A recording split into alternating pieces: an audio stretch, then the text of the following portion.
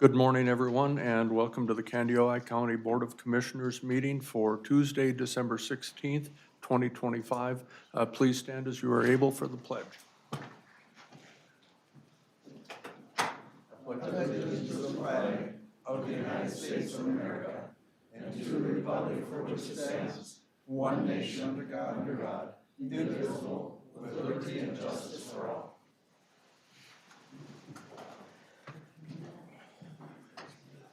I want to thank everybody who is in the room today, as well as folks who are catching us on YouTube.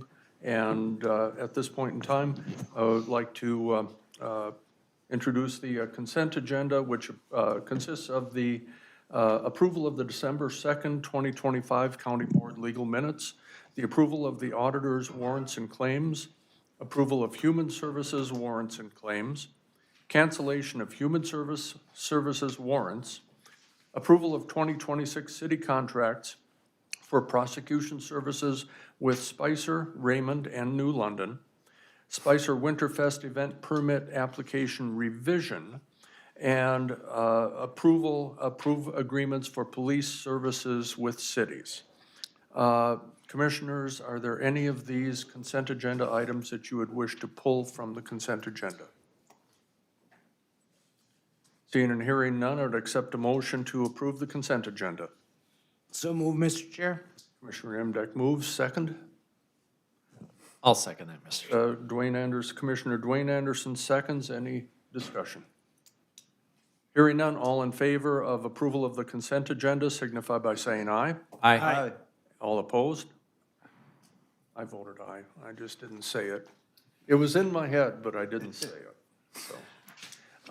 And I guess I didn't see it here, but we should probably have approval of the agenda as well. May I have a motion and a second for that? I'll move that, Mr. Chair. Thank you, Commissioner Dwayne Anderson. I'll second it. Commissioner Dale Anderson seconds. Discussion. Hearing none, all in favor say aye. Aye. All opposed? Motion passes. First item of business today then is the conditional use permit request, and Eric Van Dyken will present. Eric, good morning. Good morning, and thank you, Mr. Chair and members of the board. Eric Van Dyken, County Zoning Administrator, here with a single action item for you. Typically, I would title this agenda item as a Planning Commission recommendation. In this case, I've just titled it as a conditional use permit request because a little bit out of our normal pattern, our Planning Commission has been unable to reach a recommendation on this proposal.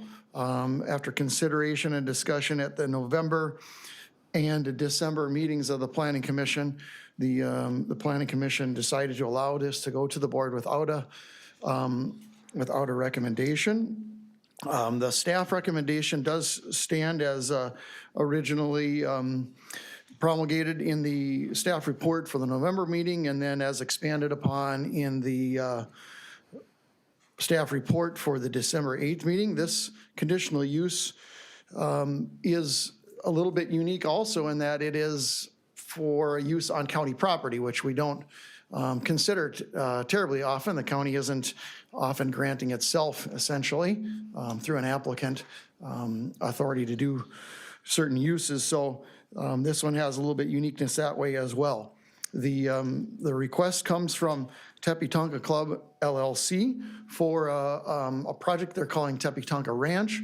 The category of conditional use falls under the idea of hospitality and event center, the idea of hosting people for on-site activities in a rural setting with some level of on-site housing that the property already affords. The range of activities really revolve around the nature of the property, outdoor space.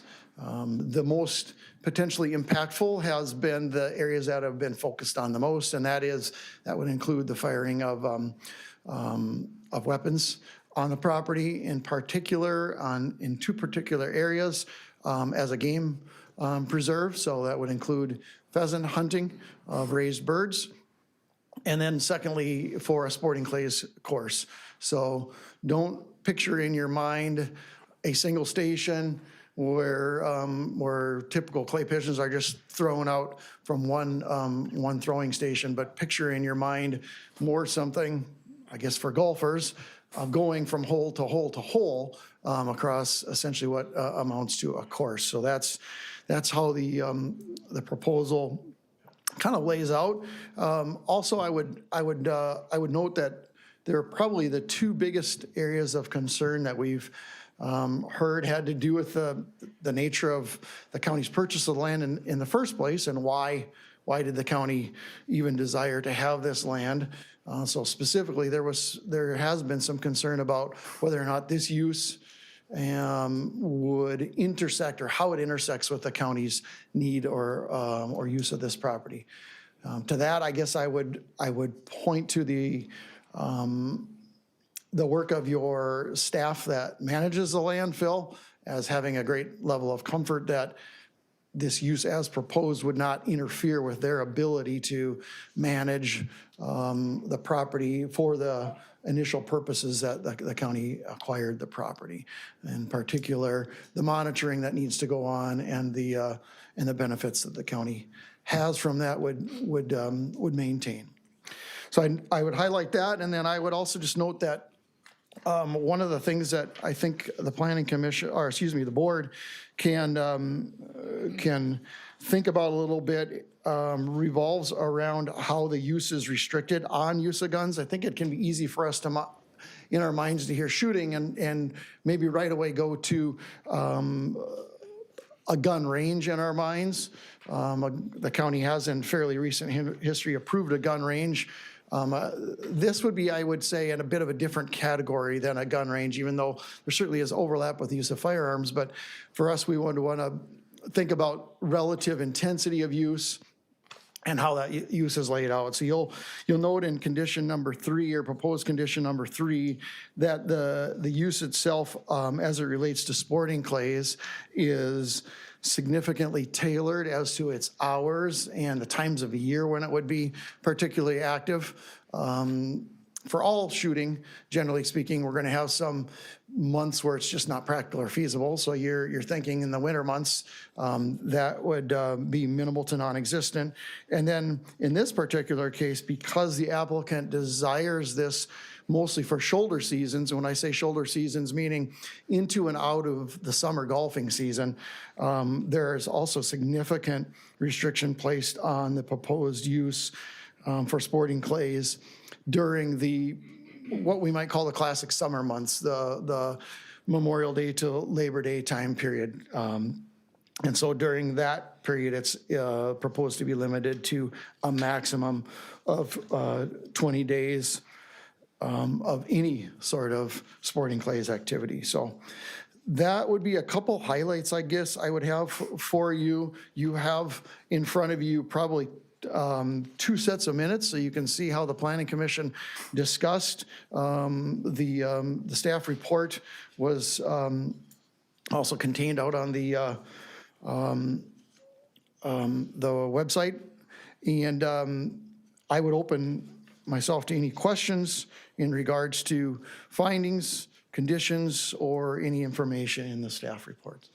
I just want to mention a couple of things here very briefly, Eric. And one is that the conditions were added to, correct, from the first Planning Commission meeting to the second, to limit the number of sporting clay participants, maximum group size on site, and speaking specifically about lead shot. Is that correct? That is correct, Mr. Chair. The proposed conditions 7, 8, and 9 were added to provide additional clarity. One of the things that staff was asked to do in the intervening period between the November and December meetings was to speak to the compatibility questions as it related to the findings.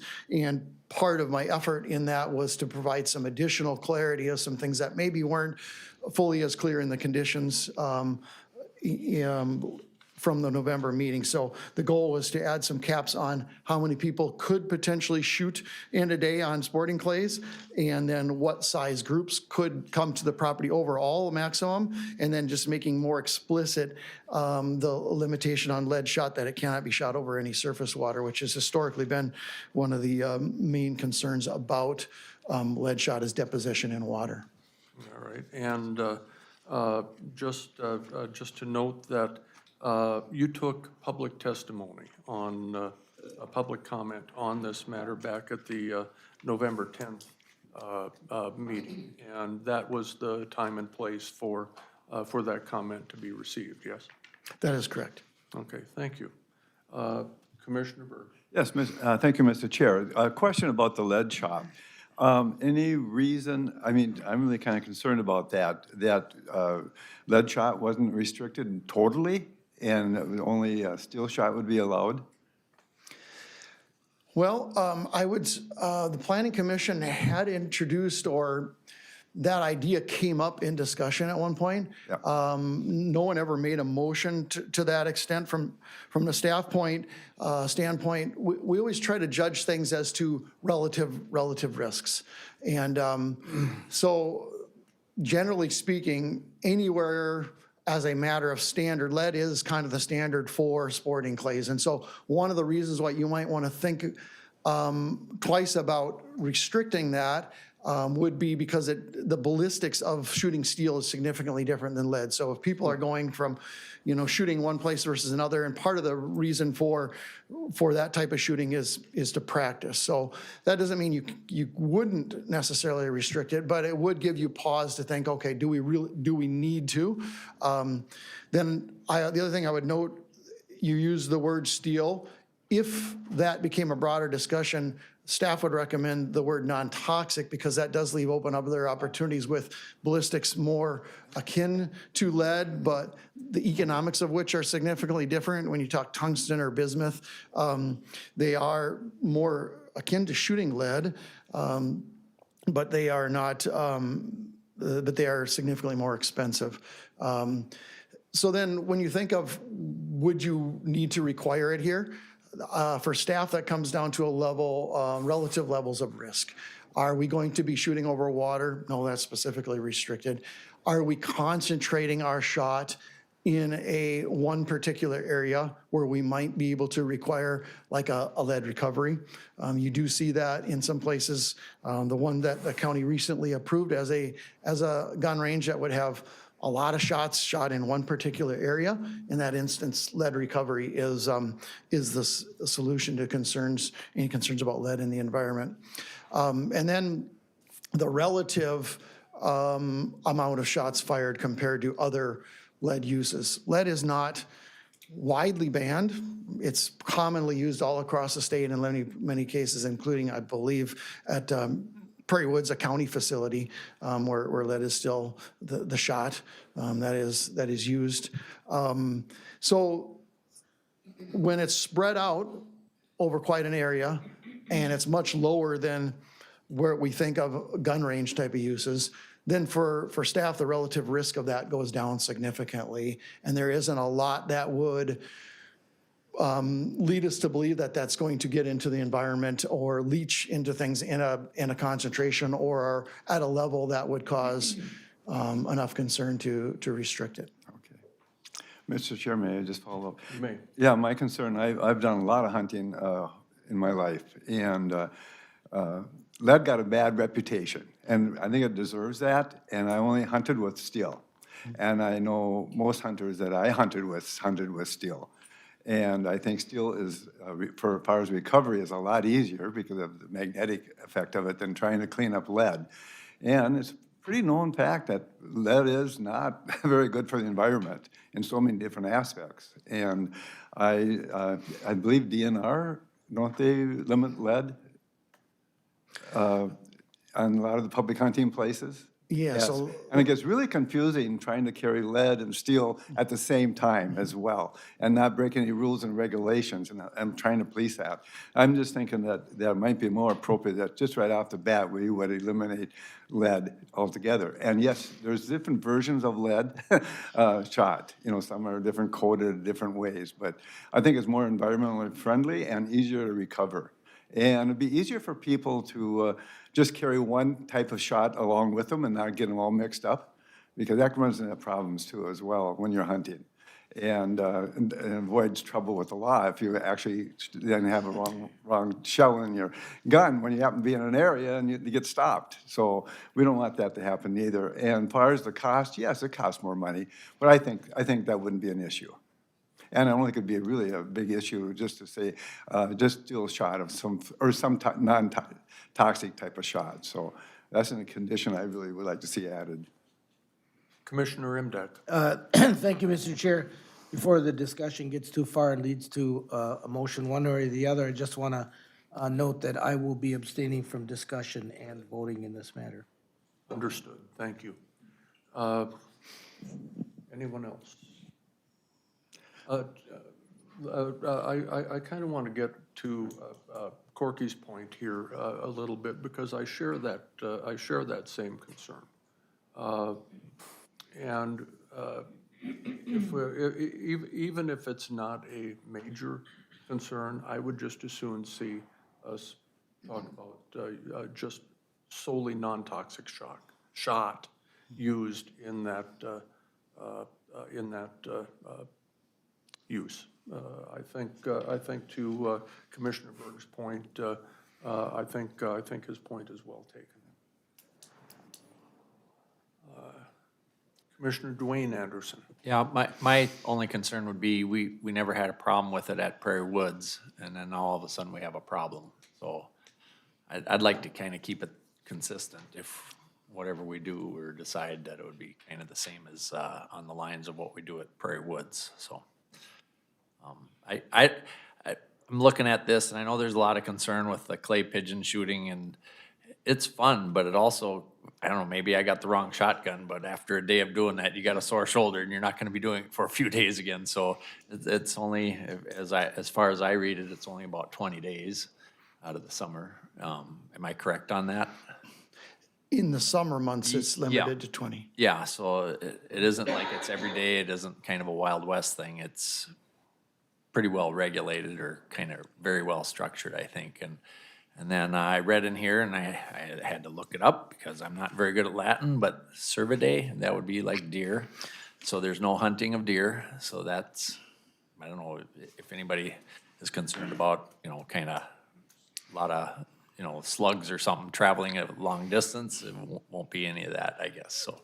Am I correct? If I may, Commissioner Anderson, that restriction does not necessarily limit the hunting of deer, but it limits game preserve of deer. So this would have Okay. no farm-raised deer, and we wanted to be very explicit about that, in particular about chronic wasting disease. That was the staff concern there, of introducing any, that's generally how chronic wasting disease has moved historically, and so we just wanted to be clear, the applicant had no intention or desire to do it, but when you talk game farm, we didn't want to leave that open. So theoretically, someone could bow hunt there on the property or something in typical of what would be anywhere else as well, but there'll be no, it's not like there's not gonna be a high fence game, deer farming and hunting out there. Okay, thank you. Commissioner Dale Anderson. Thank you, Mr. Chair. I'm really torn on this whole thing. I was at the planning commission, and I've been at both planning commission meetings. I guess, I think the biggest concern that I'm hearing from constituents and from people is the clay pigeon part of it. I got enlightened by a different person again this morning on a different way to look at it. So it's really a hard decision, I think.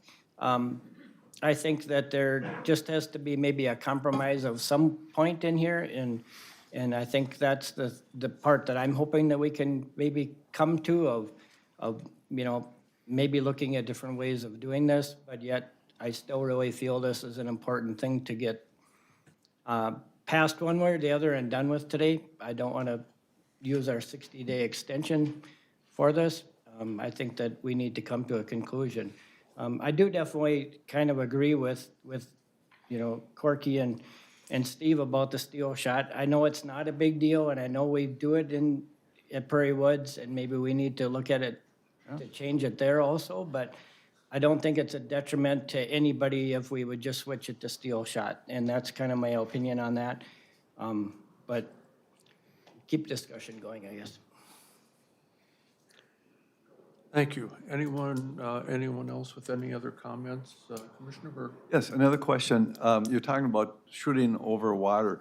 You don't have it in this packet, but I believe I saw something before with the different areas that people would be shooting, and that'd be for traps in that would be moving around. It looked like one was shooting out past the property line into some other property. Am I correct on that? Or is all the shooting going to be on the property itself? All the shooting will be on the county property. There mean, is one the on the shells on will- the or north the- line that abuts the other county property in an area where the county doesn't operate at all, where there could be a slight bit of carryover into just that one area. Operationally, it wouldn't affect anything county-wise. And may I follow up with another question? You may. Sure, and also the pheasants, they're going to be raising pheasants there, correct? And for shooting, correct? Yeah, there's, Can you tell me a little bit more about that? yeah. How that's going to work? So the applicant has had at different times, a little bit different vision for sometimes purchase of birds and some level of raising on site. If it was raising on site, it would be pretty much a low-key thing that you wouldn't see from the road or anything like that. It would be a small hut. Pheasants, of course, don't take up a lot of room. So, at that point, if they did that, raise some of their own birds, it would be ordering in chicks and then, feeding them out until they're such a age that they're released. And then they're released specifically for particular hunts.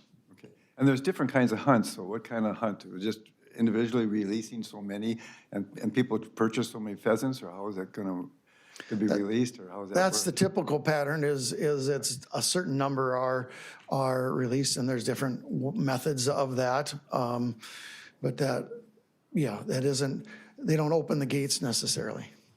No, okay, but there is a type of hunting kind of on that, where there's a silo and you let the pheasants out and people are shooting them as they come out over the top of the. No, that wouldn't be the style. Okay, so then my other follow-up, if I may, will the hunting of the pheasants then that are released, will that be all contained on the property, correct? Well, yeah, that would only be on this property, so it wouldn't authorize anything on any other I mean, so properties. birds wouldn't be released on some of the other property? No, they would only be or released public on property the or subject county property. That's property correct. even, Yeah, right? It'd all be housed there, so. that's correct. All right. Any other questions for Eric?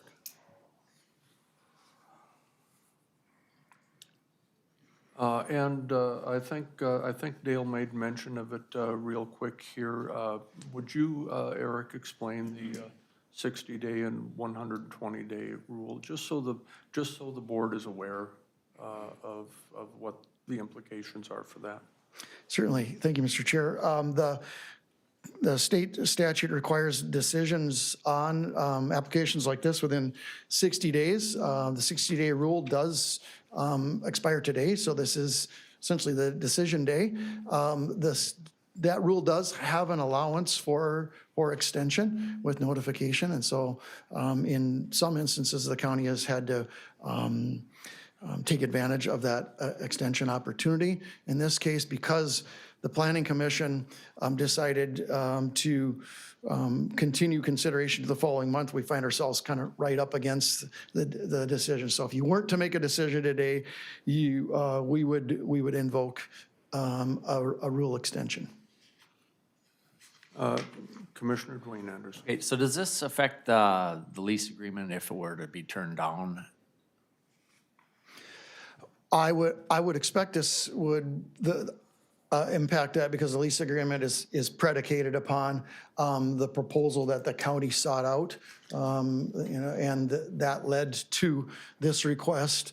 And the lease is meant to be held until after that because it is predicated upon them doing the things that they proposed to do. Okay, and that lease agreement is 5 years, correct?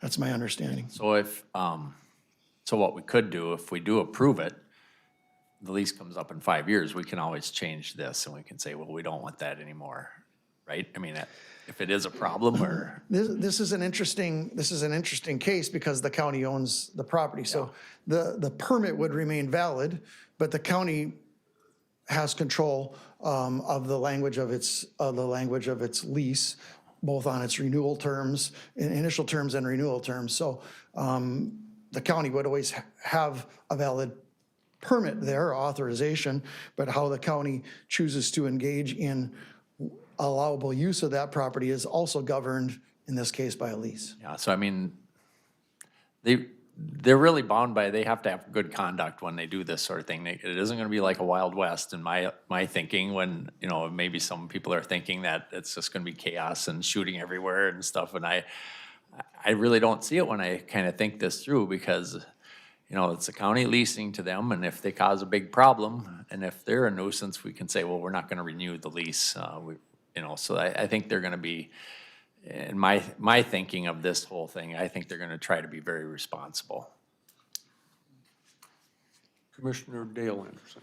Well, I know this is not the way it's wrote, and I know that I don't feel it should be rewrote because of this, but just my opinion, and I did say it at the planning commission when I was there, you know, this concern seems to be over the sporting clay part of it.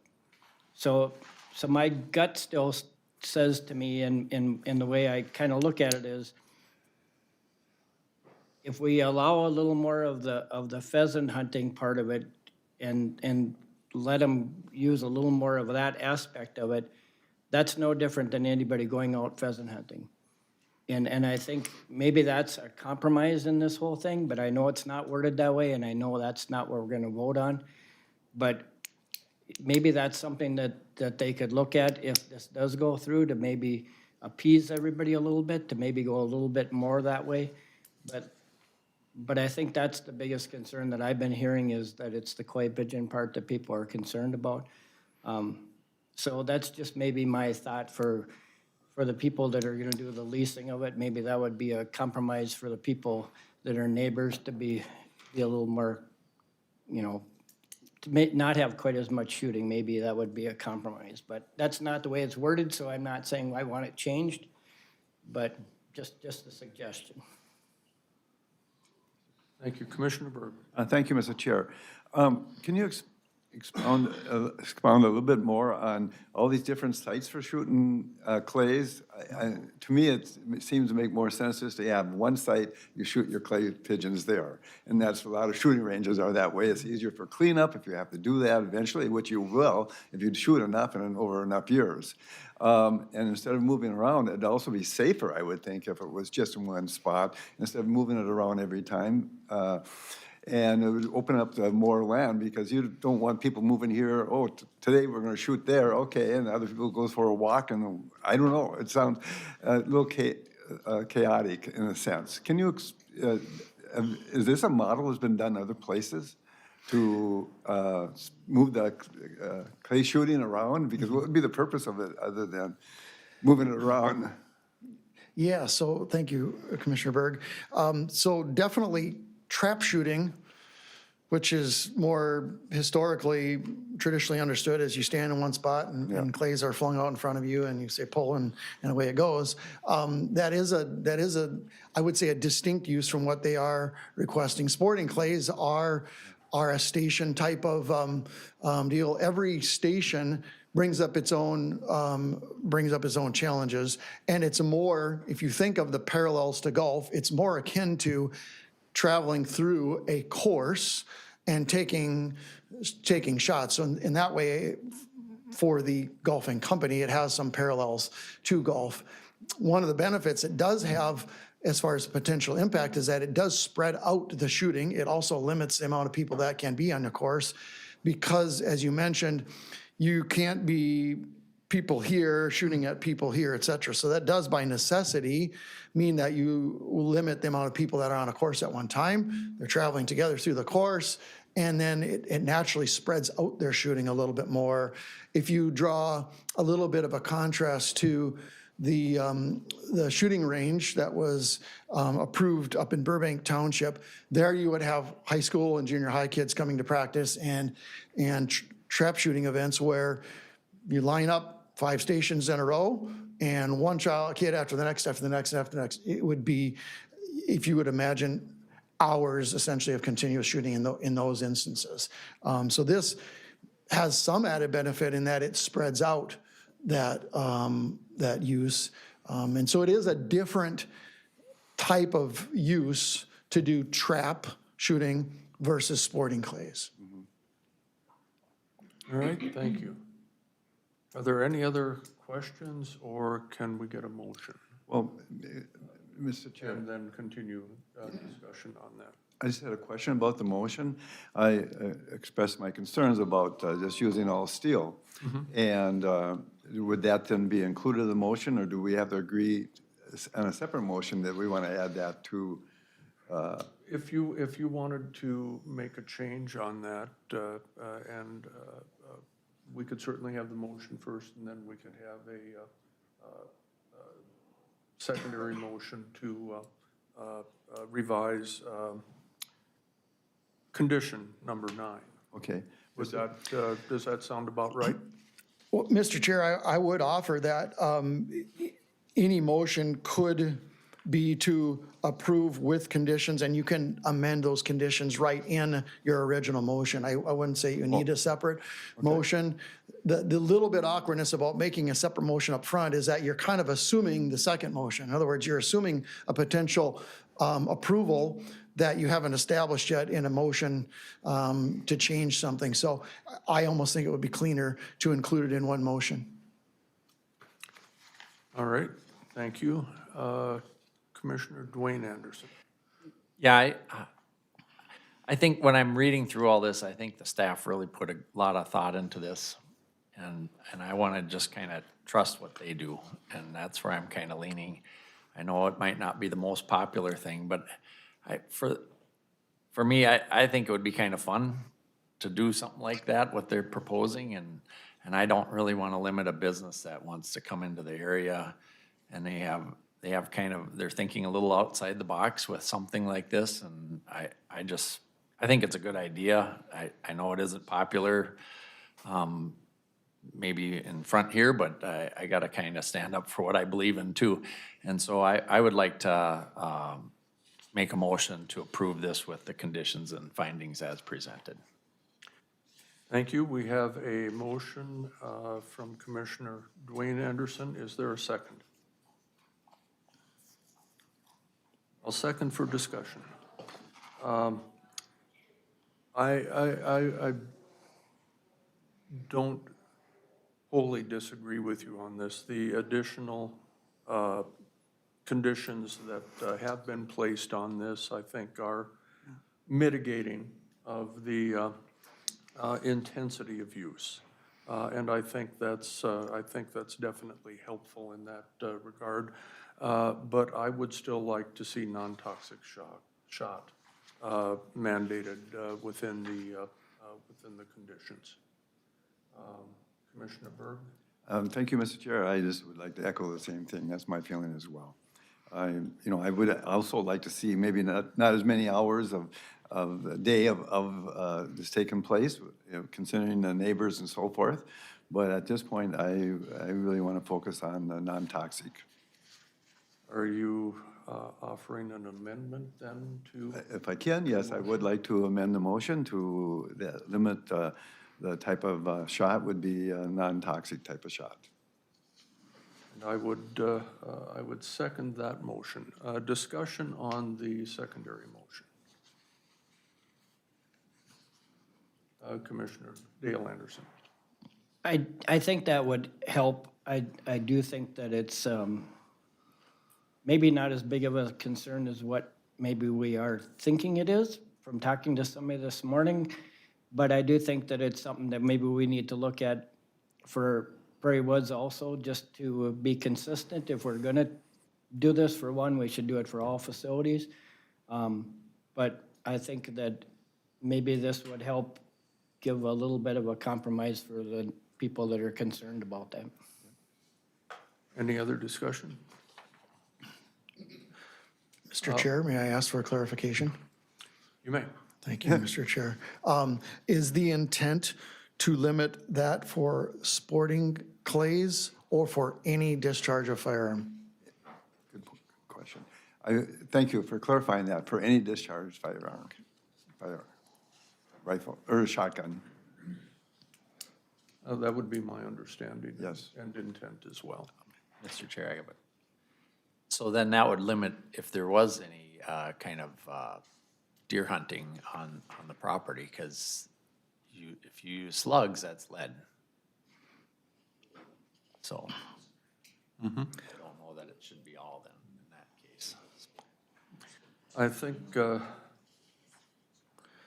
you bring up a good point, and the conditions simply say there shall be no rifle or pistol range. To me, that would preclude the idea of using such types of firearms for any other purpose. I do like the idea of, if you're going to hunt deer, as I think you mentioned earlier, limiting it to archery only. But that's kind of not what's being said here, to Commissioner Anderson's point, correct? Mr. Chair, I guess what I would propose is that the deer hunting isn't really probably the focus here. I would propose that the language could be, I'm understanding the intent would to be for clay, sporting clays, and the game preserve shooting. And the condition could be worded specific to the sporting clays and pheasant hunting with the game preserve. In relation to condition number 9. Is that what I'm hearing you say? Well, yeah, depending on if you wanted that as a separate condition, or you wanted an amendation of condition 9. Yes. So your suggested language would be what specifically? Only non-toxic shot may be used for sporting clays or game preserve shooting. Is that acceptable? I think I think that language is fine. Commissioner Burke. Yeah, I understand what you're trying to do. I don't have any problem with the original motion I made in reference to this, and if they want to, there's a lot of public land right near there and all over the county to deer hunt if they wanted to. So I think the deer hunting aspect of the whole property is not that big of a deal, but it's not my property, not my business, and I don't want to restrict that business neither. But I'm just fine with non-toxic shot, period. All right, any other discussion on the amendment? Hearing none, we will vote on the amendment to condition number 9. Eric? Is that what we're intending? I would say it would replace condition 9 because there would be no need to say lead shot shall not be shot over any water surface when you can't shoot lead Replace, shot. we're replacing the language. Yep. All right. To the amendment to replace that language to use only non-toxic shot. All in favor signify by saying aye. Aye. All opposed? Aye. 3 ayes, 1 nay. The amendment is agreed to. Now back to the main motion. And we do have a motion and a second to approve this with the amended condition as presented. Any further discussion?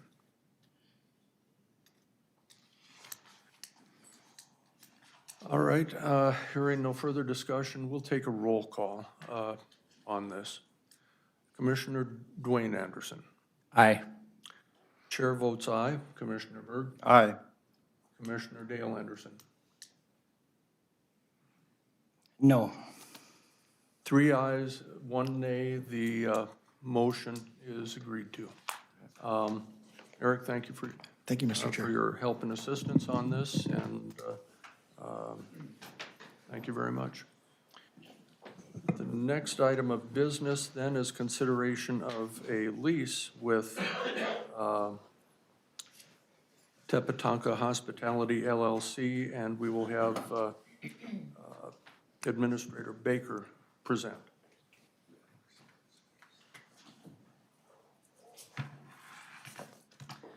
Good morning, Commissioners. Kelsey Baker, Candioi County Administrator. Before you today, we have a lease with Candioi County and, Tepetonka Hospitality LLC. Just a little recap, in July, the county purchased this property just south of the landfill to help mitigate costs, future costs. On this property, there's a lot of open space, modern home, cabin and a barn. The county issued a request for proposal, an RFP, to lease out the property. We received one proposal that was from Tepetonka Hospitality LLC.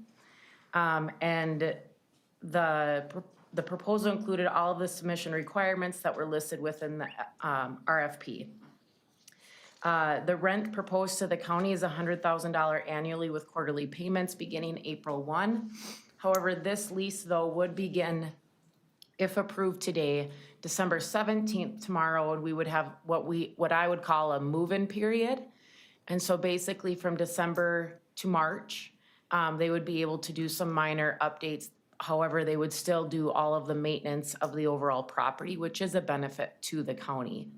And then beginning April 1 would begin the $100,000 annual payments. That's listed out. The terms are listed out in 1.2, which I think answers some of those questions that the board may have. Listed in 2.11 lists that move-in period and when they'll be doing that inside construction, renovations prior to the move-in. However, during that time frame, they still will do all of the maintenance required. I think to Commissioner Dwayne Anderson's point, listed in 3.3, the compliance with government regulations, they have to stay above the line within the county property. 4.1, I think, is also important to list out the repair and maintenance by tenant. We listed out the specific maintenance duties that the tenant would be doing. So I think that's important to note that that wouldn't be county staff or time or cost to be doing that. 4.3, the tenant shall make no alterations, additions, or improvements into the leased premises without the written consent of the landlord. I think that's really important to note as well, that there would be communication from the tenant to the landlord if there are any changes within the property. And then to also note under 10.3, the insurance, the county will carry, obviously we carry liability insurance, so we have this property already covered. But then the tenant would also carry general public liability insurance as well. 10.5 lists out the cancellation. If the landlord, the tenant shall obtain a written obligation on the part of each insurance company insured the leased premises to notify the landlord at least 30 days prior to cancellation of insurance. So I think that was important to note alongside the insurance questions. And then I believe that was it that I wanted to point out. Yes. So other than that, this is a pretty standard lease. County Attorney Shane Baker has also reviewed it. I do feel it covers the county solely surrounding liability and insurance. The landlord would be included if there's any recommendations or changes to the structures or the property. So with that being said, staff would recommend approval of the lease agreement as presented. Thank you, Kelsey, and I need a little clarity on one item here. If we go back to 2.1.1, the amount of $1,500 on the effective date of the lease, it says, which will cover the period from December 17, 2025 through March 31, 2026. Is that $1,500 the only payment? That's kind of how I'm reading this for that period. And I'm just wondering if there wasn't an intent to capture a monthly rental there. Because I'm not sure, and I would defer, of course, to the county attorney as to if the language is adequate for the intent. My understanding, the intent would be the 1,500 would be rent, monthly rent. If we would need to clarify that, I would look to the county attorney. Yeah, the intent seems to say just for the entire period, not monthly. So if you want to change it, that would need to be altered. Yeah, I would, I mean, I would have assumed that it would be a monthly rent, and so there would probably need to be some language clarification there, is what I'm wondering about.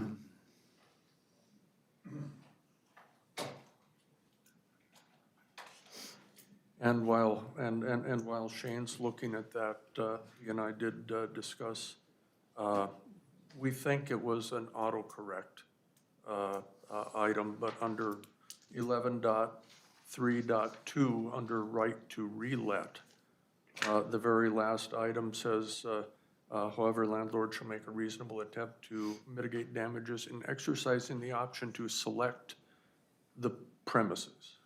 Since I don't know what select the premises is, I'm assuming, and I think Shane agreed with me, that relet is the word that we were looking Okay. for. So I think that would be, that's worth noting.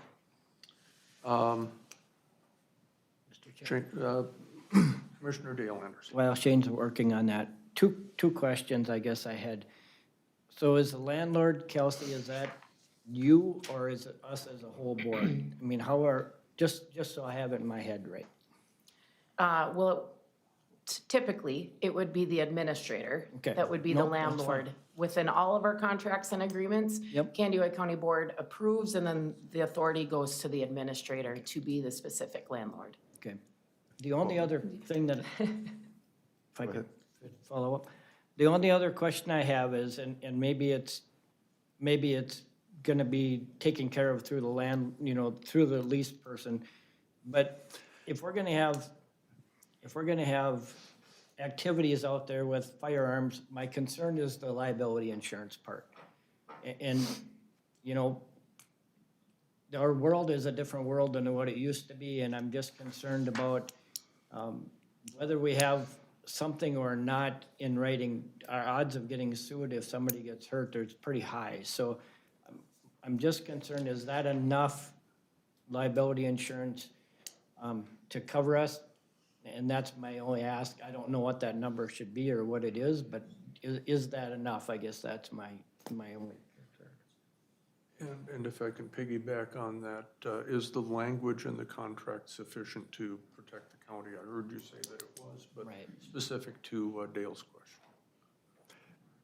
I would look to the county attorney that reviewed that. I feel comfortable with the policy limitations and talking with MCIT, our insurance trust. And then in talking with the tenant, the $1 million policy limit, but I would look that the county would be covered enough in the language within the lease. Mr. Chair. Commissioner Berg. Yes, I appreciate this conversation because I think we all received a lot of emails and calls and concerns about, hold harmless type of things. And I even read some of that in there. So it's quite a detailed contract. And I'm no expert on contracts, and especially every contract is so different. And this one's dealing with a lot of guns and bullets or shells or whatever. And it does put at risk, but I'm feeling comfortable from what I understand and from talking to you individually. And MCIT is going to be aware of this, and as well as our county attorney and we rely on his judgment if this going to cover that, and it sounds like it is. And also I feel that the board is very responsible, and going back to your comment about, and the question about, the landlord, I guess we're all the landlord to some degree, so how do you define the landlord? Except the administrator is a person who's going to be doing all all the work. Thank you ahead of time. There's one more thing on your plate. But as board, we have a responsibility. Responsibility doesn't stop now, I'm trying to say. Thank you. Commissioner Emdek. Thank you, Mr. Chair. That was what Commissioner Berg just talked about was also a question for me. I think ultimately the county is the landlord.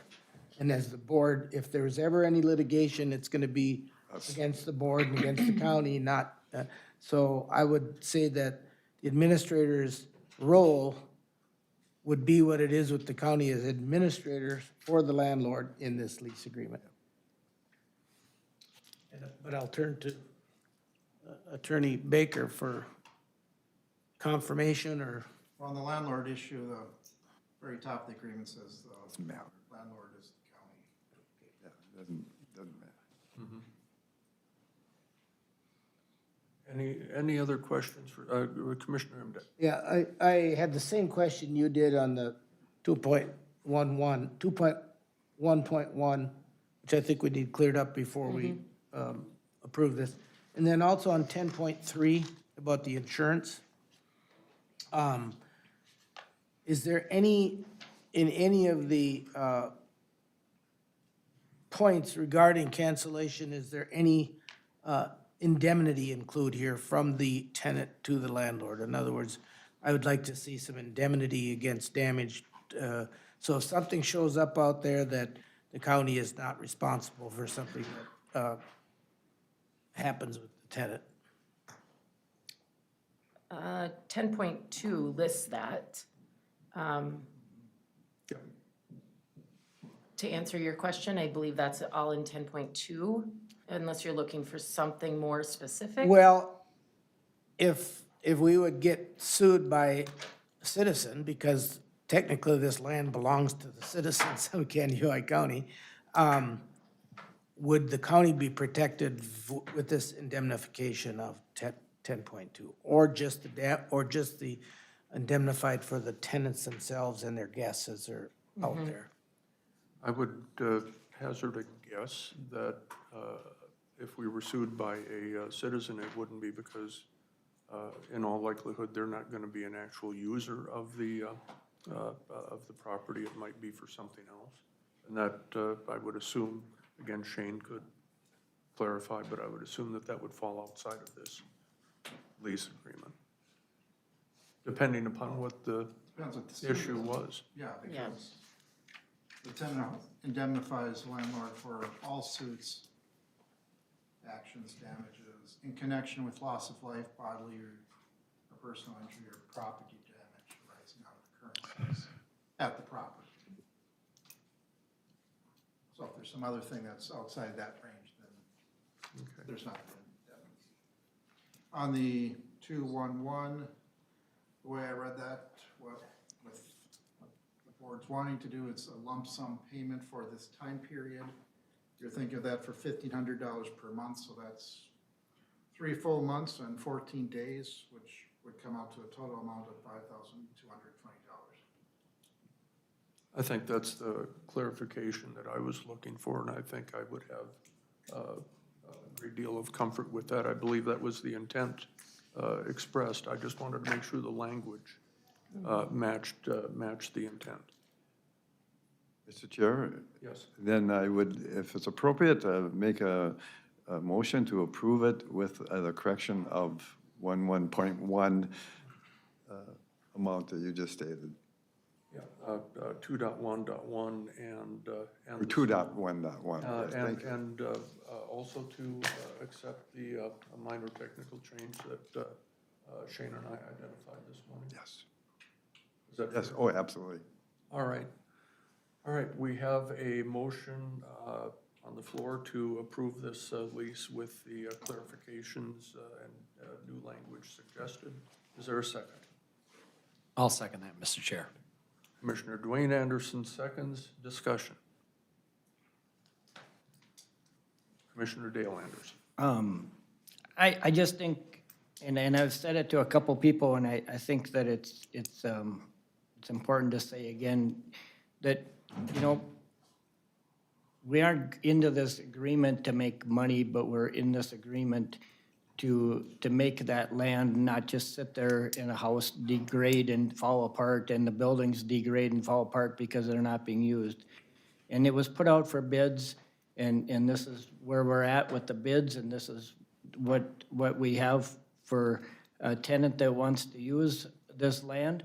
And I think that we should, be happy about that we've got somebody that's interested in taking advantage of something that otherwise would just sit abandoned and not be used. So I think it's a great opportunity for this organization to use this and hopefully improve it over time and make it better for the county and the people that have a chance to be able to use this facility. And maybe something that would be a great idea, and maybe it's not something that's even in the cards, but maybe at some point in time that the public would have the opportunity to do something out there in an event or something. So I think that's the cool part about this, is that organization has the opportunity to do what they feel best and help the community and help people around this area also. And I think that's what their goal is from talking with this organization, is to help the local area around here in the county also. So I am definitely thinking that this is an opportunity that we can't pass up. Commissioner Emdek. Thank you, because I do have people asking me the question. I understand that the septic system upgrade was provided by the seller, is that correct? Correct. But there was a fair number of other repairs that were made out there. Do you know how much we have spent out there? And will that be part of the agreement in the lease to Yeah, and I- recover those costs? I believe this question was asked at the last meeting too, and I don't have that specific cost, but it's very minimum of what we've had to do out there. And other maintenance costs that we've done are just to make sure it's cleaned up and looks nice, that we would do with any property. But I don't have those specific costs. I would have to contact Director Gear on that, but I know that they have been very minimum. When I went out to the property, it was pointed out to me there was a balcony that was unsafe and was being shored up. There was one area of insulation that had gotten wet due to some roof damage, and so they had to repair that roof and put some new insulation in. I believe that was on the cabin. And there might have been some small thing in the horse barn. But all of it was pretty minimal, and those were things that time was of the essence and needed to be taken care of. And I believe all the work was done internally, yes? I believe so. Okay. That's as much help as I can be on that particular item. Commissioner Emdek. So that I can speak with some level of intelligence or accuracy when I'm re-asked the question, if you would provide us with any contractor and supply costs that we've had, that'd be appreciated. And You may. I'm asking the motioner and the seconder if they're comfortable with the indemnity part clause in here of 10.3.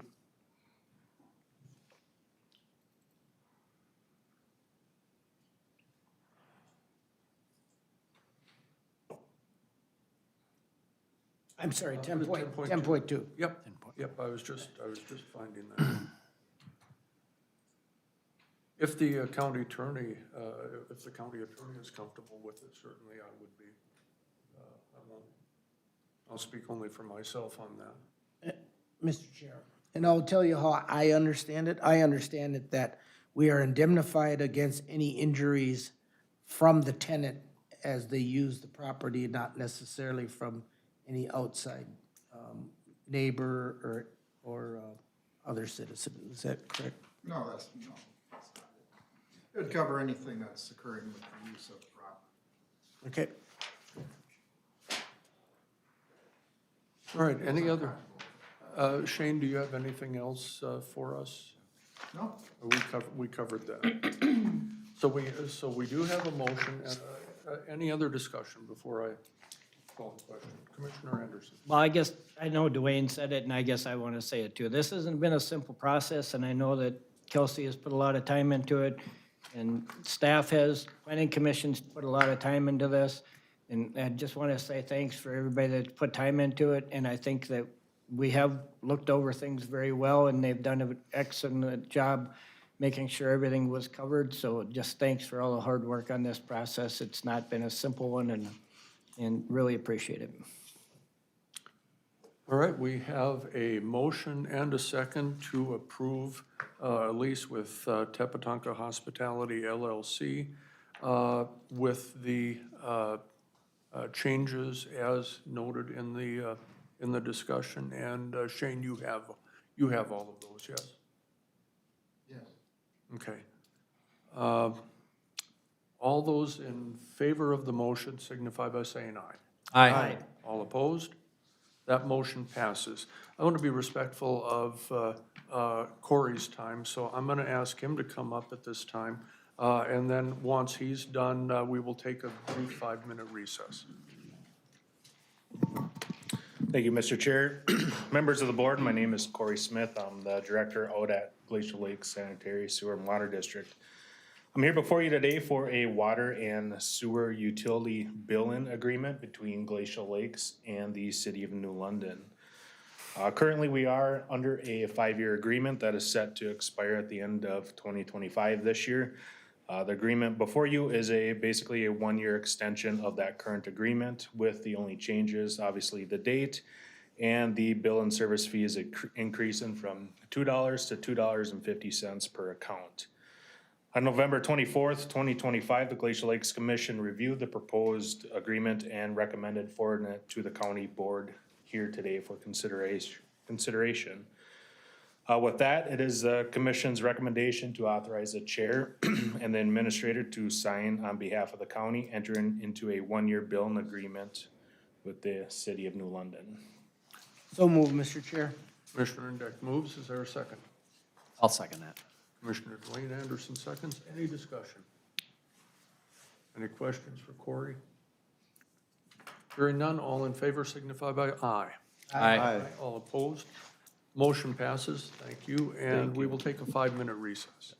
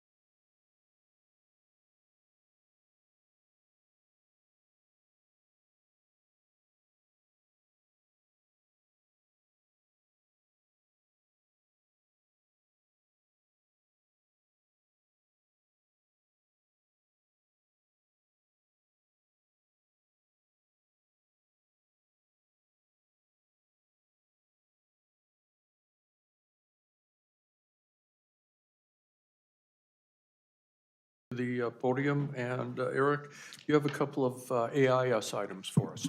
Yes, thank you, Mr. Chair. Eric Van Dyken, County Zoning Administrator, standing in this morning for Krista Krupa, our Environmental Specialist and AIS Coordinator. Krista's getting into this work after taking on the work kind of partway through the year.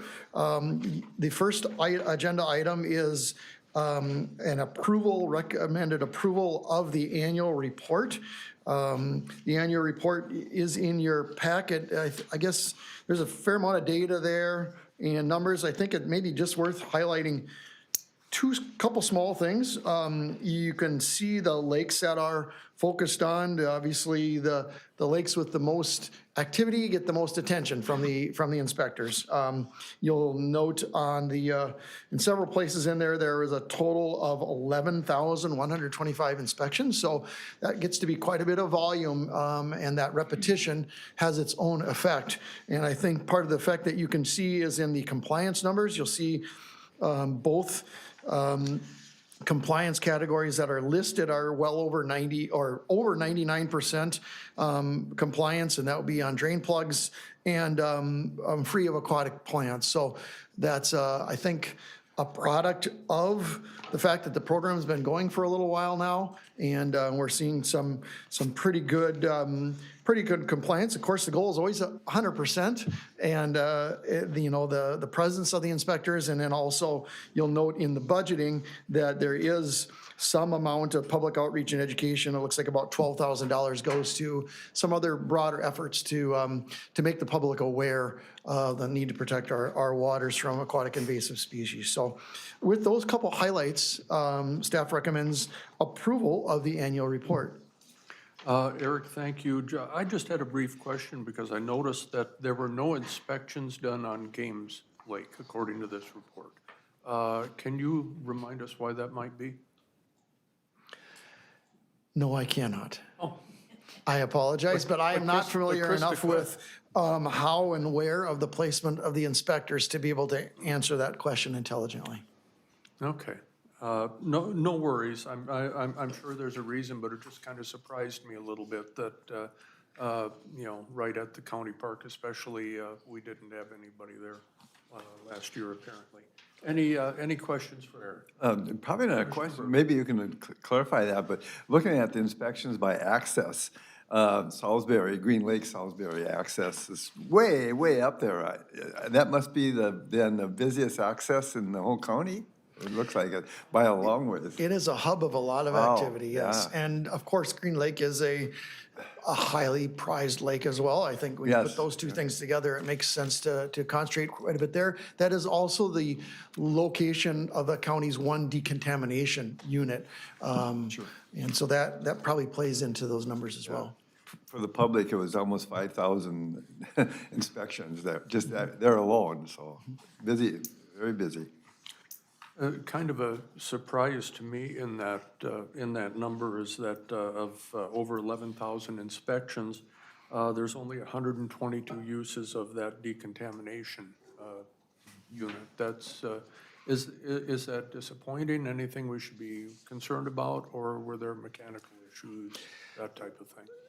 I think there are definitely some mechanical issues. There was a portion of the season where that was down, and I know at the end of the year, Krista had it up to the cities for some significant repairs and plans to have it fully operational next year. It's also probably a function of the fact that it's not a requirement. It is a sort of a, hey, we think this would be great.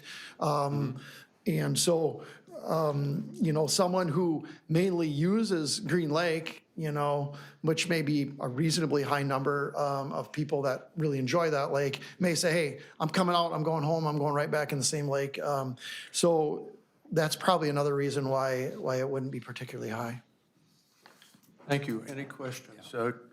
Dwayne? Yeah, I can kind of comment a little bit about the decontamination unit. It's getting pretty old, I think, and so it's down a lot more than it's up. So I think this year, though, it went okay. I don't know, but that's about all I know about it. But I think Krista's really doing a good job here, and she's kind of up and running. She said she had to kind of not be quite full-time this year yet because she was doing other things with the county, but I think, I think she'll be a good fit for this AIS task force. And so it's really good to see that she's doing a lot of good work here.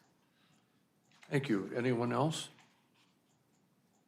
There's a recommendation of staff to approve this report. Did we have a motion? I'll make the motion to approve the AIS annual report. Thank you. Is there a second? I'll second it. Commissioner Emdeck seconds. Discussion. Hearing none. All in favor of approving the annual report, say aye. Aye. All opposed? Motion passes.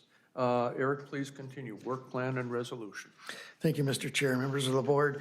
The following on that, then annually, the board does, the DNR does require a work plan. You can see the work plan is, I would say, fairly rudimentary. It's what we would probably call business as usual. Krista, probably too early in the program to consider any major changes, and also when things aren't working, you don't necessarily, or what are working, you don't necessarily change them. So you can see a plan for inspectors there that pretty roughly mirrors what this year had, and the areas she plans to concentrate as far as lakes go. So along with that is proposed resolution 2025-42. That basically is a version of saying, we're going to run the program and use the money given, and we're going to run it according to the work plan submitted. Thank you. Mr. Chair, I make a motion to approve the 2026 AIS work plan and the resolution to also move that, the 2025-42. Thank you. Is there a second? I'll second it. Thank you, Commissioner Dale Anderson seconds. Any discussion? You say it looks like business as usual, so it's fine. Great program. I'm glad we've got it. I think it definitely makes a difference. So thank you, and thank you and your staff for those efforts. Anyone else?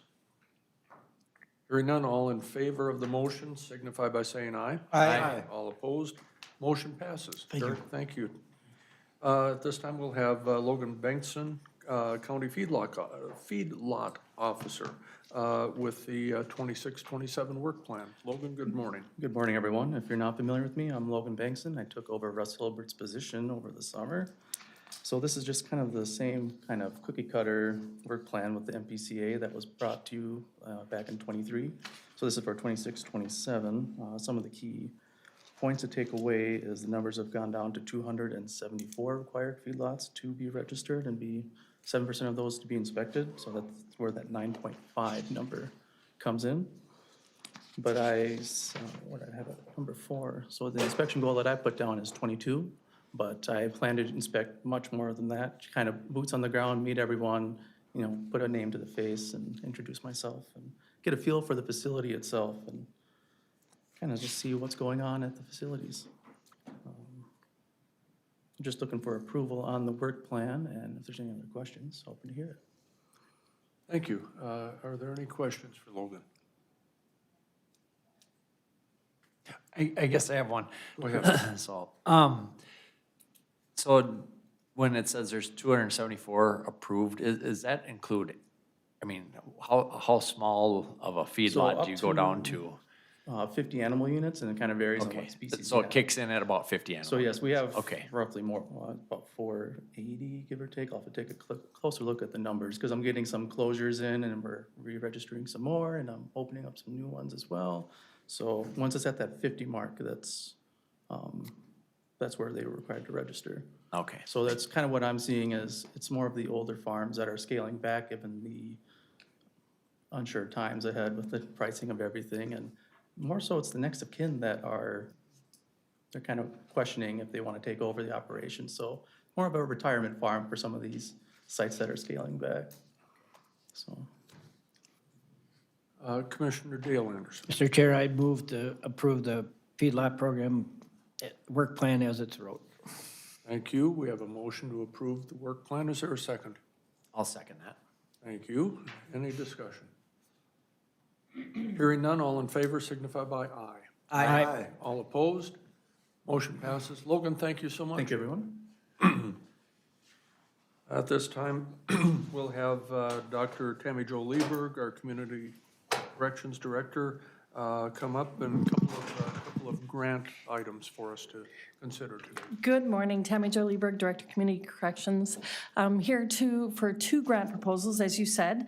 One is a new grant and one is an extension on an old grant. So I'll start with the new grant. It's a Community Work Service Program grant. It is a short, small grant. It's a Perkins grant from the state of Minnesota for $21,000 that I'm asking for approval on. It'll only be for 6 months going into 2026. This grant will provide additional training for existing staff. What the new training will be is in our community work service program, we provide training for individuals, justice-involved individuals as part of our community work service program doing welding and oil changes and that sort of work. As part of that training in the past, we have not been able to give them a certificate that they could take with them to go get employment. We've just been able to give them referrals or references. This grant is going to allow them to go get training that allows them to provide a certificate that people can take out and say they've now been certified to provide basic welding or certified to provide an oil change. We're working with a tech school, actually Northland Community College is our secondary provider that's gonna provide that training. This grant also is gonna, during the 6 months, is gonna help us with additional part-time hours for an individual to come in and help us set up and work through providing employment, additional employment services for justice-involved individuals, working with resume building, interview skills, and those types of things that we can carry on with probation officers and our community work service crew leaders in the future. So it's a small, short-term grant, but I think it can make a big difference in providing employment services through our community work service program. Thank you. Any questions for Dr. Lieberg? Commissioner Berg? Yes, thank you, Mr. Chair. Is there a chance of this could be a renewable type of grant going forward then, or what happens after this? I would hope so. They were really excited to provide this funding for us and going forward. This grant was a little different. They usually actually work on a larger scale, but we struggled with trying to find actually how we fit into this. So it would have been actually for a year program, but because we kind of went back and forth so many times, we only have it for 6 months. So during the next 6 months, we'll see what we have, and then we'll see if we can get maybe a second, we can write for another grant for next year. So kind of a proof of concept Yeah, idea for now. yes. Got it. Okay. Did you have any, I'm sorry. Nope, thank you, Mr. Chair. All right, any other questions? Commissioner Imday? Not a question, just a comment. I think, you know, if these individuals that go through this program could come out with a certificate, they'll make them much more hireable, if that's the correct word. And I think it's a good step forward, and your goal of getting 10 to complete it is pretty aggressive, actually, because there's a responsibility for them too as well, correct? Yes. And what is their responsibility roughly? How much time will they be spending to achieve this certificate? So once they're going to be doing the exact same that they do now, working with our community work service crew leaders, except for now that they'll have a test out at the end. So our crew leaders actually are the ones that are going to spend most of the next 6 months. I think it's over like 3-month period of time. They have online training, and then we're actually going to send them actually to the school for 3 days for a period of time so that they can get tested out, so they can earn their certificate, and then they can come back and provide the certificates for our clients.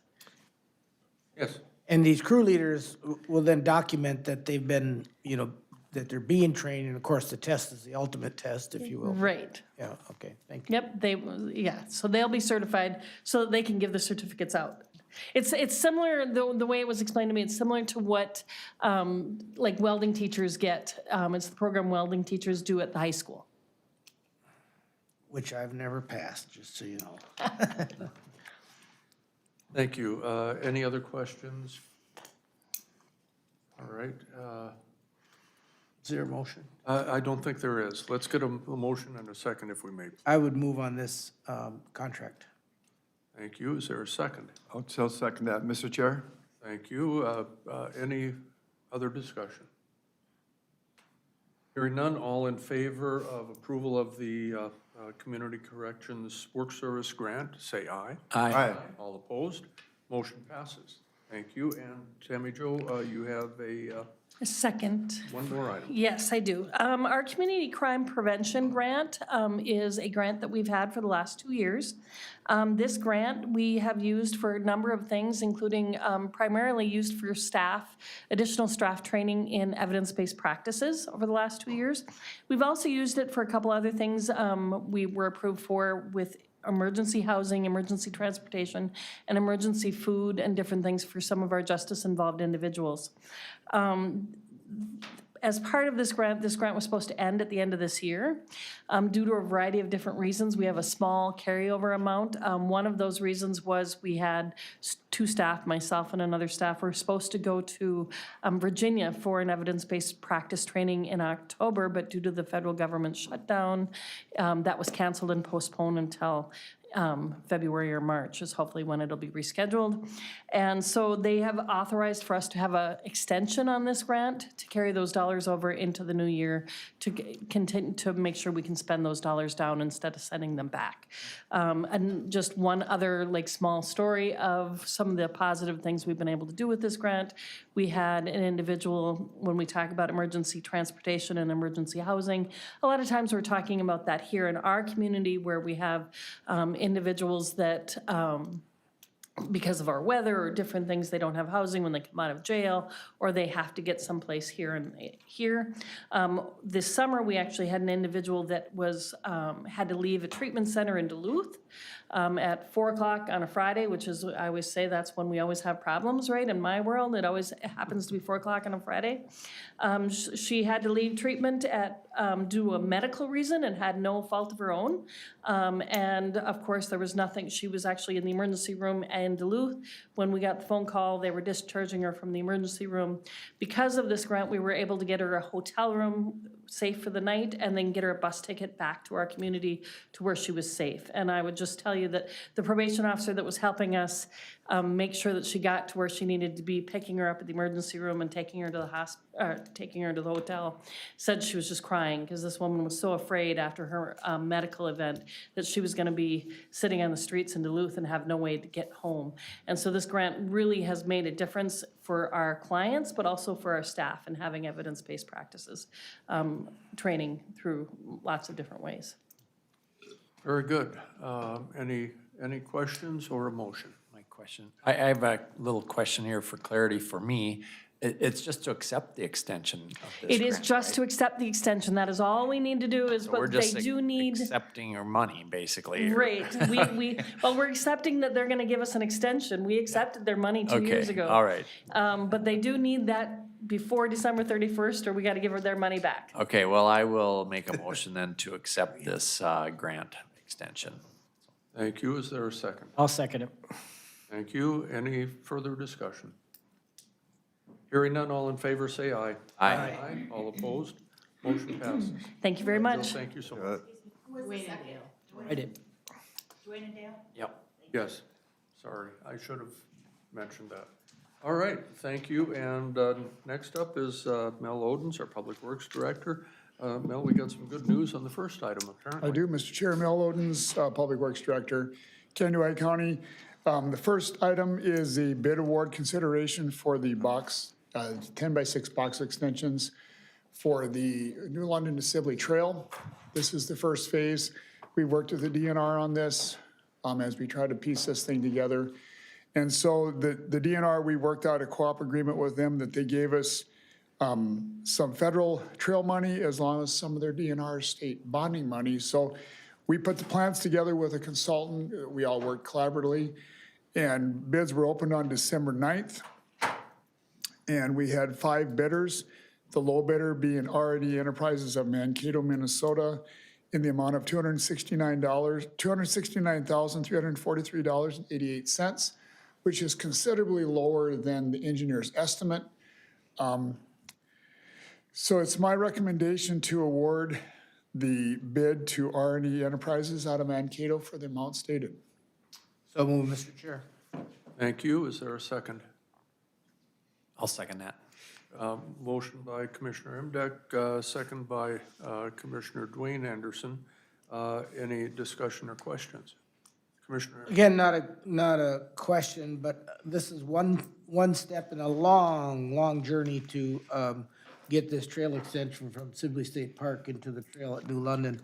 As we met as a board last meeting, the Senate Capital Investment Committee was meeting in New London about for support of the LCCMR grant to finish the trail. And so hopefully 2 years from now, we can do a ribbon cutting and say, finally, we're there. And this is part of it because that'll extend that culvert so they don't have to go up on County Road 40 to cross the river. So, good news. thank you. Mel, any comments? Mr. Chair, I did, Administrator, and I did pull it up on the screen. If I could explain a little bit what we're doing here, just so when you see it in real life, when they start next spring. So here's the middle fork of the Crow River, this being, it drains this way southerly. This project, what it'll do is it'll extend these 10x6s by 10 feet, so it's not a lot. But they'll remove the end sections, extend it 10 foot, and put on new end sections right here. So the trail will go up and over and then back down. And what this project does is gonna provide the trail bed, okay? And then it's going to install a pipe from the east side of this future parking area. The trail itself will have a parking area here that will be with the Sibley Trail plans when they're ultimately done. And then on this side, the same thing, there'll be a pipe for ditch drainage. And then one of the things that to note too is that we are providing a river access point right here. So this will be, you'll have the access at the Goat Ridge, you'll have an access here at 40, and then you'll have the exit at the Ness Lake.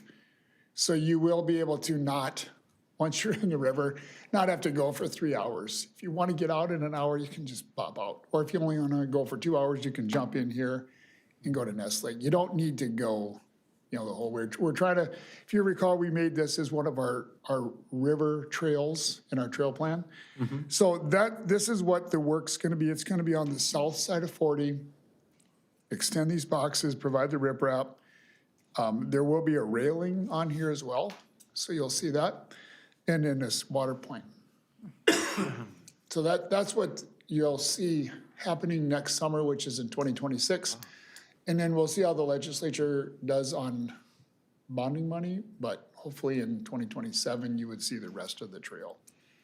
So this piece is funded by federal and state dollars. That is correct. There would still be some hopefully we're looking at potential trail dollars from somewhere to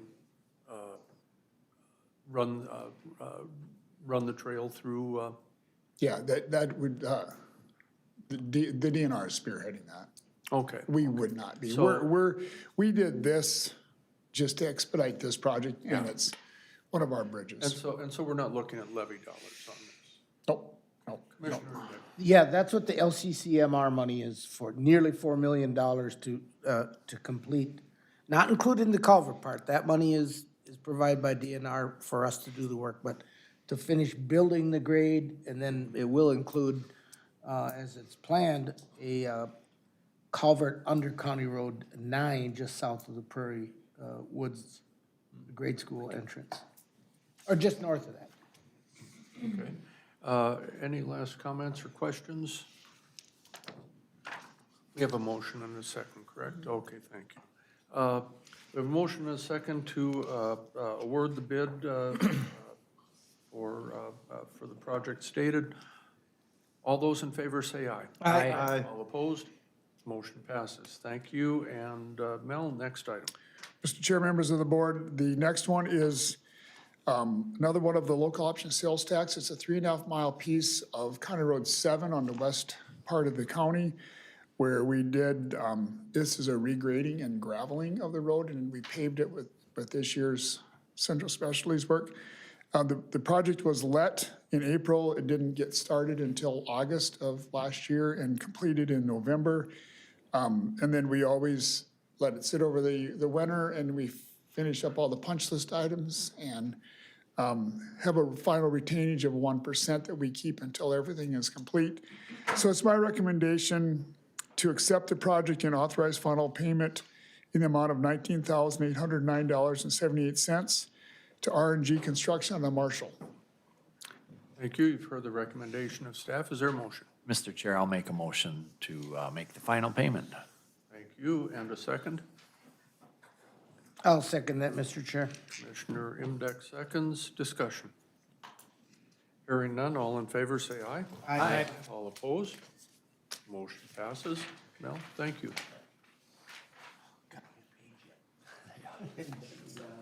Turn the page. Maybe. There. Here's. That'd be fun. All right, at this time, we'll have Administrator Baker introduce about 3 separate items for us here. Kelsey, the floor is yours. Yep. Kelsey Baker, Candioi County Administrator. Before you today, we have, the first item, I'll do 3 like the chair said, are the commissioner salaries for 2026. You will see the resolution is blank when it says therefore be it resolved. I would have to submit the numbers. Your current salaries as county board commissioners for 2025 are $41,964.26. The chair receives an additional $1,000 and the vice chair receives an additional $500. I put in options, or technically 4 options, 3 with a 3, 2, and 1% increase, or 4 with a no increase for your salary. What we do have in the budget is a 3% right now, so that would be adjusted depending on the action today. So staff do not have a recommendation. I will leave this up to the county board of what you wish to do. Well, let's hear from the commissioners on this. Does anyone have any comments in this regard? I will start. I would not be in favor of either option 1 or 2. If there was going to be any increase, it should certainly be minimal, but certainly I think our choices realistically lie within either 3 or 4. The taxpayers are being asked to shoulder a levy that is somewhat painful, and certainly I think we should be judicious in what it is that we do this time around, but that's kind of where I would be sitting on that. I'll, of course, defer to the majority of the board if needed. Anyone else? Courtney, go ahead. I'm sorry. Thank you, Mr. Chair. No, Dwayne too, I think, put his hand up. Yeah, I like echo your feeling too. I think we have to have some skin in the game in cutting this budget and looking at maybe option 3 or 4. I'm leaning towards 4, of course. 3 is just really a token amount, but I think that's fine. Maybe it's what, about $400 for the year. It's just maybe a thank you that we could do. I can live with either one of those, but if I was to make a motion, it'd be 0 increases. Let's hear from everybody before, everybody who wants to say something before we get to a motion. Dale, anything? No, Dwayne's next. Oh, Dwayne's next. Yeah. I guess I'd be happy with either one. It doesn't, we're trying to save money, so it's very little that we're saving by any of these options, but it's still, either one would be good. Dale, anything to add? No, I'll just echo that I'm fine with either of those options. Roger, any comments? No. Commissioner Berg, would you like to offer a motion?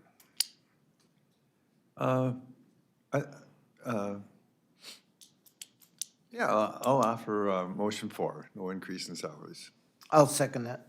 Thank you. There's a motion and a second to accept option 4, no increase in commissioner salary for 2026.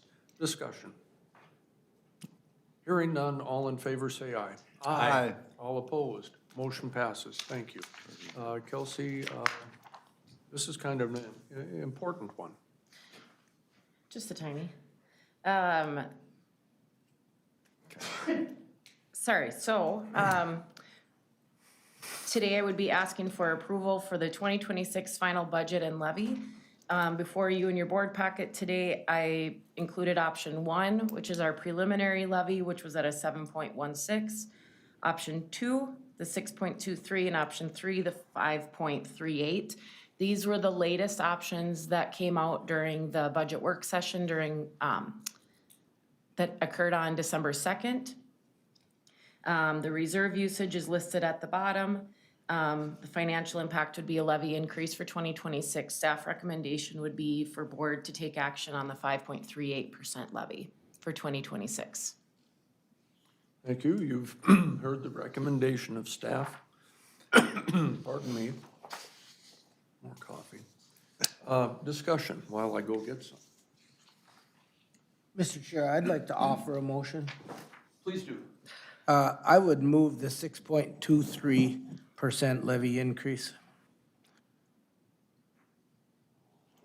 I'm sorry, I just need something to clear my throat. I apologize. We have a motion to move, that is option number 2, at 6.23%. Is there a second? Mr. Chair, I'll second that. We have a motion and a second to approve option number 2 at 6.23%. Any comments, discussion? Commissioner Imdak. Yes, Mr. Chair, thank you. And as I understood the two options, the cuts in both the 5.38 and the 6.23 are identical, correct? Can you explain? The places where the budget was cut to achieve either the 6.23 and the 5.38 are the same, correct? Correct. Okay. Yes. The only difference being is that on the 5.38, we're using another, $400-some thousand of reserves, and I'm uncomfortable with using those reserves. We're already taking a fair amount of reserves at 1.155, so I think that middle ground is a comfortable position for me. Thank you. I think the math comes out to about 350. Yeah. Yep. Okay. So just about a levy point, about 9 cents or thereabouts. Any other discussion on the motion? Mr. Chair. Commissioner Berg. Yes, thank you. I think it's kind of a nice place to land from the point of view. Actually, I had hoped earlier, I think I maybe even said to clarify something, it'd be nice if we did 3 or 4% like we've done a few years past, but I was hanging in there for 5%, and then I went to 5.9 in my mind, thinking this is where we're gonna be. This is very close to that. I do think we could have possibly cut more, but we talked about this, and I think this is a good compromise. I think 6.23 is still a lot of money to put on the levy. And I know we all feel the same way. We're concerned about that, especially after our truth in taxation, where people come in here and their property taxes are getting so bad that, you know, that one person was practically in tears talking about they can hardly afford their home anymore. So, but on the other hand, property taxes have been increasing across the state and in other areas. I think we're landing below the average price there, and I think this will work going forward, and yet we'll hope that we can even keep cutting as we go along. I commend the board if they would look at this and consider this, because since we talked in September, that our original levy was 7.16, and this is almost a 1% drop. And we all talked about looking at it, and I have a feeling we really all dug into it pretty good this time, very good. Not that we didn't do it last time either, and a lot of work went into that. Administrator Baker spent a lot of time, and staff, and Lisa as well. And, you know, I want to thank everybody, but that's my feelings on it. I support this. I second the motion. Commissioner Dale Anderson. Yeah, I guess to echo a little bit of what Corky said, you know, I think this is probably I mean, I've only been on here 3 years, so I'm just a rookie at this game, but from what I've been hearing and what I've been seeing, I think this has been probably the most work that's been done on a budget here for a number of years. And I think the staff has put in a lot of time. Every time I talk to Kelsey, I think she has her book out and she's crunching numbers to try and figure this out a little bit one way or the other. So I think they've done a great job of looking at the options and trying to make this as palatable as they can, but yet to keep us in the right place and basically to provide good services. I mean, it gets to be a point where I've said to some people, what service do you want us to cut? Because if we're gonna cut something, we need to cut a service. And nobody wants to cut services. So I think this is a good place that we can find middle of the ground and really appreciate all the work that everybody has done on this, from the board and staff and everybody, so. Thank you. Dwayne and then Roger. Yeah, I would rather have had option 3, I guess, and the reason why is we do have considerable reserves, and when you have tough times, that's what reserves are for. And so I think it would be very valid to argue for option number 3 instead, so. Thank you. Roger. Thank you, and I don't disagree with Commissioner Dwayne Anderson at all. However, we're all painfully aware of the federal cost shifts that we are going to be facing in the next 2 budget cycles. We maybe have dodged a bullet temporarily with the Minnesota Family Leave, or Family MAPFA, I forget all the words that are in that, the act, as a judge has recently ruled against that. So we're gonna buy a little time from the state, but we're still facing the Medicaid and SNAP payments or shifts at the federal level. And that's why, to Commissioner Dwayne Anderson's point, where I would say let's reserve those reserves for facing the next 2 budget crises and see where we're at. And I think this process has really given us a lesson, if you will, in scrutinizing everything closely. I see the city of Wilmer made a difficult decision to cut a staff person in order to keep their budget down, and we're going to continue to face pressure to keep our budget reasonably, or levy, I should say. Commissioner Berg. Thank you, Mr. Chair. Yes, and I think really a couple good points about using reserves, and I think it all depends upon how you use the reserves is what's important. If we use the reserves for ongoing things, that's not good use of reserves because we have to absorb that in the next year again, our expenses. But we'd have to try to use our reserves, the way I understand the budget, for a more one-time expenses as we go forward. And I'm not sure exactly what all of those, the extra 400, almost 350,000 additional reserves, what that would be going for the one-time things that would replace in the regular levy. So this would give us, the levy at this current point would give us that cushion to move forward, not cushion, but that ability to move forward and not having to put it on the reserves, on the levy next year. Commissioner Dale Anderson. Kelsey, just for the public's point, just so they understand, there's been a lot of scrutiny about counties and cities about their levies and where they're at and with their reserves. What is our level of reserves? How many months of reserves are we about carrying? Just so everybody understands what we're talking about on the reserve side. We have almost 9 months of coverage. And if we had looked at option 3, that would have been, that 9 months would have been reduced to what, like 8.5 or Not 8 quite. 3/4? Not quite. Yeah. Yep. Roughly, we spend anywhere from 7 to 8 a month. And so we do have very healthy reserves as our Clifton Larson Allen, our auditors have said months of coverage required is 3 to 5. However, though, per your discussion, having healthy reserves in a time like this isn't bad. you do, as an administrator, I would always want to see a little bit more than 5 months coverage. You know, we're a little bit on that higher end, but I think in the years to come, we'll be using that to spend down, to offset the levy. Thank you. I know everyone else has kind of weighed in, and I feel similarly to Commissioner Dwayne Anderson. It would have been my preference to land on the 5.38. I think the 350,000 additional in reserves to be used to offset the levy there would have been fine. You know, we're looking at about 0.85 more than that this time around, and that's in the neighborhood of around 320,000, something like that,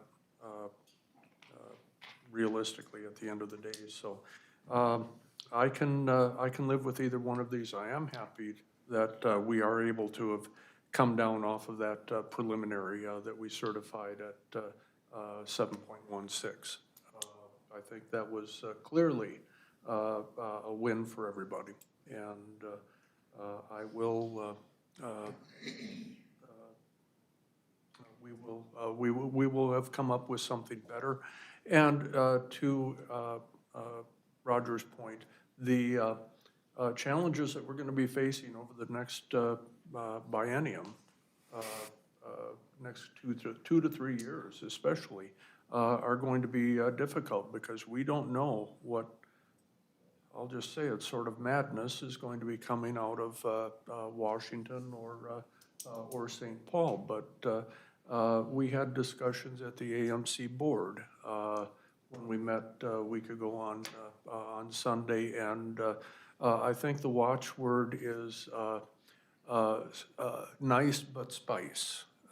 When we have our interactions with at the legislature and with our congresspeople, that as commissioners and as Association of Minnesota Counties, the discussions that we are going to have are going to be maybe a little more pointed than what they've been potentially in years past, because we really need to get the message across that counties cannot absorb all of these cost shifts without some offsets from either the state or federal government.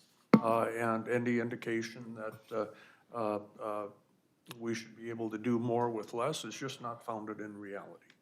All of the demands that the state and federal governments continue to put on us have to be paid for somehow, and it's really inherently unfair to expect county property taxpayers to bear more of the burden for state programming. So that'll be our job over the next couple of years to get our legislators and our congresspeople to see it our way and help us find solutions. Anyone else? All right, hearing none, we have a motion and a second to approve the final budget and levy at 6.23%, option number 2. All those in favor signify by saying aye. Aye. All opposed? Nay. Nay. 3-2, that motion passes. And thank you, Kelsey, for you and your staff for doing all of the hard work in all of this. I know you're probably sick and tired of looking at spreadsheets and would be happy for a month or two off before this all starts again. So thank you. Can I just say one thing? You may. Thank you guys for doing the hard work that you did this year. Yep. You really were thorough and very transparent. Thanks. Next item of business is the recycling contract. Kelsey? Yep. Gary was unable to make it today, and so I'll be presenting the recycling contract. Before you today, you have the contract in front of you. Just one area to point out that the board had requested that this be a 2-year term. So if you go under 2.2, the contract term, under letter A, list the 2-year term services. And then we did talk with West Central and we included option B. However, I want to make it very clear that option B is an option. It is not something the board has to do. The board still has the authority to go out for bids at the end of the 2-year contract. We still could do that and then also do the extension option as well listed in B. So I just wanted to point that out. But other than that, the contract is for a 2-year term with West Central Sanitation based off the board's directive. Thank you. You've heard the recommendation of staff. Any comments or questions? And again, just to clarify that this potential for an extension is just simply a potential. We may find ourselves towards the end of 2 years in a different position, and it's just something that's there in case we want it to be actionable, and it's not required. Correct. Got it. Any comments, questions? Mr. Chair, Commissioner Berg. I just like to mention, I just feel positive what we're doing. West Central Sanitation has done an excellent job. They have a big footprint in our community, employ a lot of people. It's their company head, and it's a huge company. And I think we're lucky that we can come to terms and make this work for us, and them as well, because we do want to keep those type of services here from the big picture of the economy, not just the recycling contract, but what's taking place. Thank you. Any other comments, discussion? I will just piggyback on that a little bit. We know that this is not a mandated service, and certainly I think being able to look at this again in 2 years and making a decision as to whether or not we want to continue operating those services, offering those services is well in order. Commissioner Berg. Yeah, thank you. And technically, it's not going with this much recycling is not mandated, but recycling, as my understanding, is a mandated service. Every county has to have some kind of mandated service, and this is a statute, as well as we receive some dollars from the state, but it doesn't come close to covering this, not even close, so. Yeah, we don't have to offer it the way we are. We don't have to offer all the extra services we're providing, but that's what the people wanted, and we're still doing it. And kind of to Commissioner Dale Anderson's point of when folks ask us to cut the budget, and we say, well, it's going to mean cutting services. What do you want to cut? This is one of those that is maybe more popular in some areas than others, and I would certainly recognize that. So, any other comments? I don't think we have a motion yet. I was waiting for a motion, but I do have. Commissioner Berg, would you care to? Absolutely, I would like to make a motion to approve the contract as presented. Thank you, and the chair will second discussion. Yeah, thank you, Mr. Chair. So to the point that Commissioner Dale Anderson made last time, I think we do owe it to our taxpayers to, I don't think this is necessarily either or option here. I think there's the middle road. We discussed that at some point, and I think we need to continue to look at that because we also owe it to over $1 million a year is a lot of money. It's over 1% of our budget, about 1.5%, and what we're gonna be paying in this contract. And I think one of the things we should consider, which would make it easier for others to take a look at this, is I think the county should own those barrels. And then every other, because right now, any contractor would come in and have a different position because they'd have to go out and buy the barrels to start over. If the county owned them, everybody'd be at the same level. Thank you. Any other comments? All right, we have a motion and a second to approve the recycling contract as presented. All in favor, say aye. Aye. All opposed? Motion passes. Kelsey, thank you. Does anyone up here need a break before we move into the next items, or can we? The reason I'm asking the question is that we have 1, 2, 3, 4, 5, 6, 6 items that are going to be presented by our guests, and so I'm comfortable with sitting, but if anyone is really gonna need a break, now's the time to say something. All right, what's that? Or we can interrupt it in the middle, too. That'd be rude, but yes. They'd understand. Get much certain age. older All right. people up here, yes. Then let's go ahead and come on up. Today we have folks from our Children's Services Unit, and I'll just ask you all to identify yourselves, come up, and welcome. Yeah. Hello, my name is Nicole Munson. I supervise ongoing child protection. My name is Carly Kranz, and I also am a Children's Services Supervisor, and I supervise ongoing child protection. Okay. Good morning, Robin Stryker, and a Children's Services Supervisor. I supervise children's mental health, truancy, and licensing. And I'm Stacy Garis, also the 4th Children's Services Supervisor, and I supervise our child protection intake and then our assessments and investigations. All right.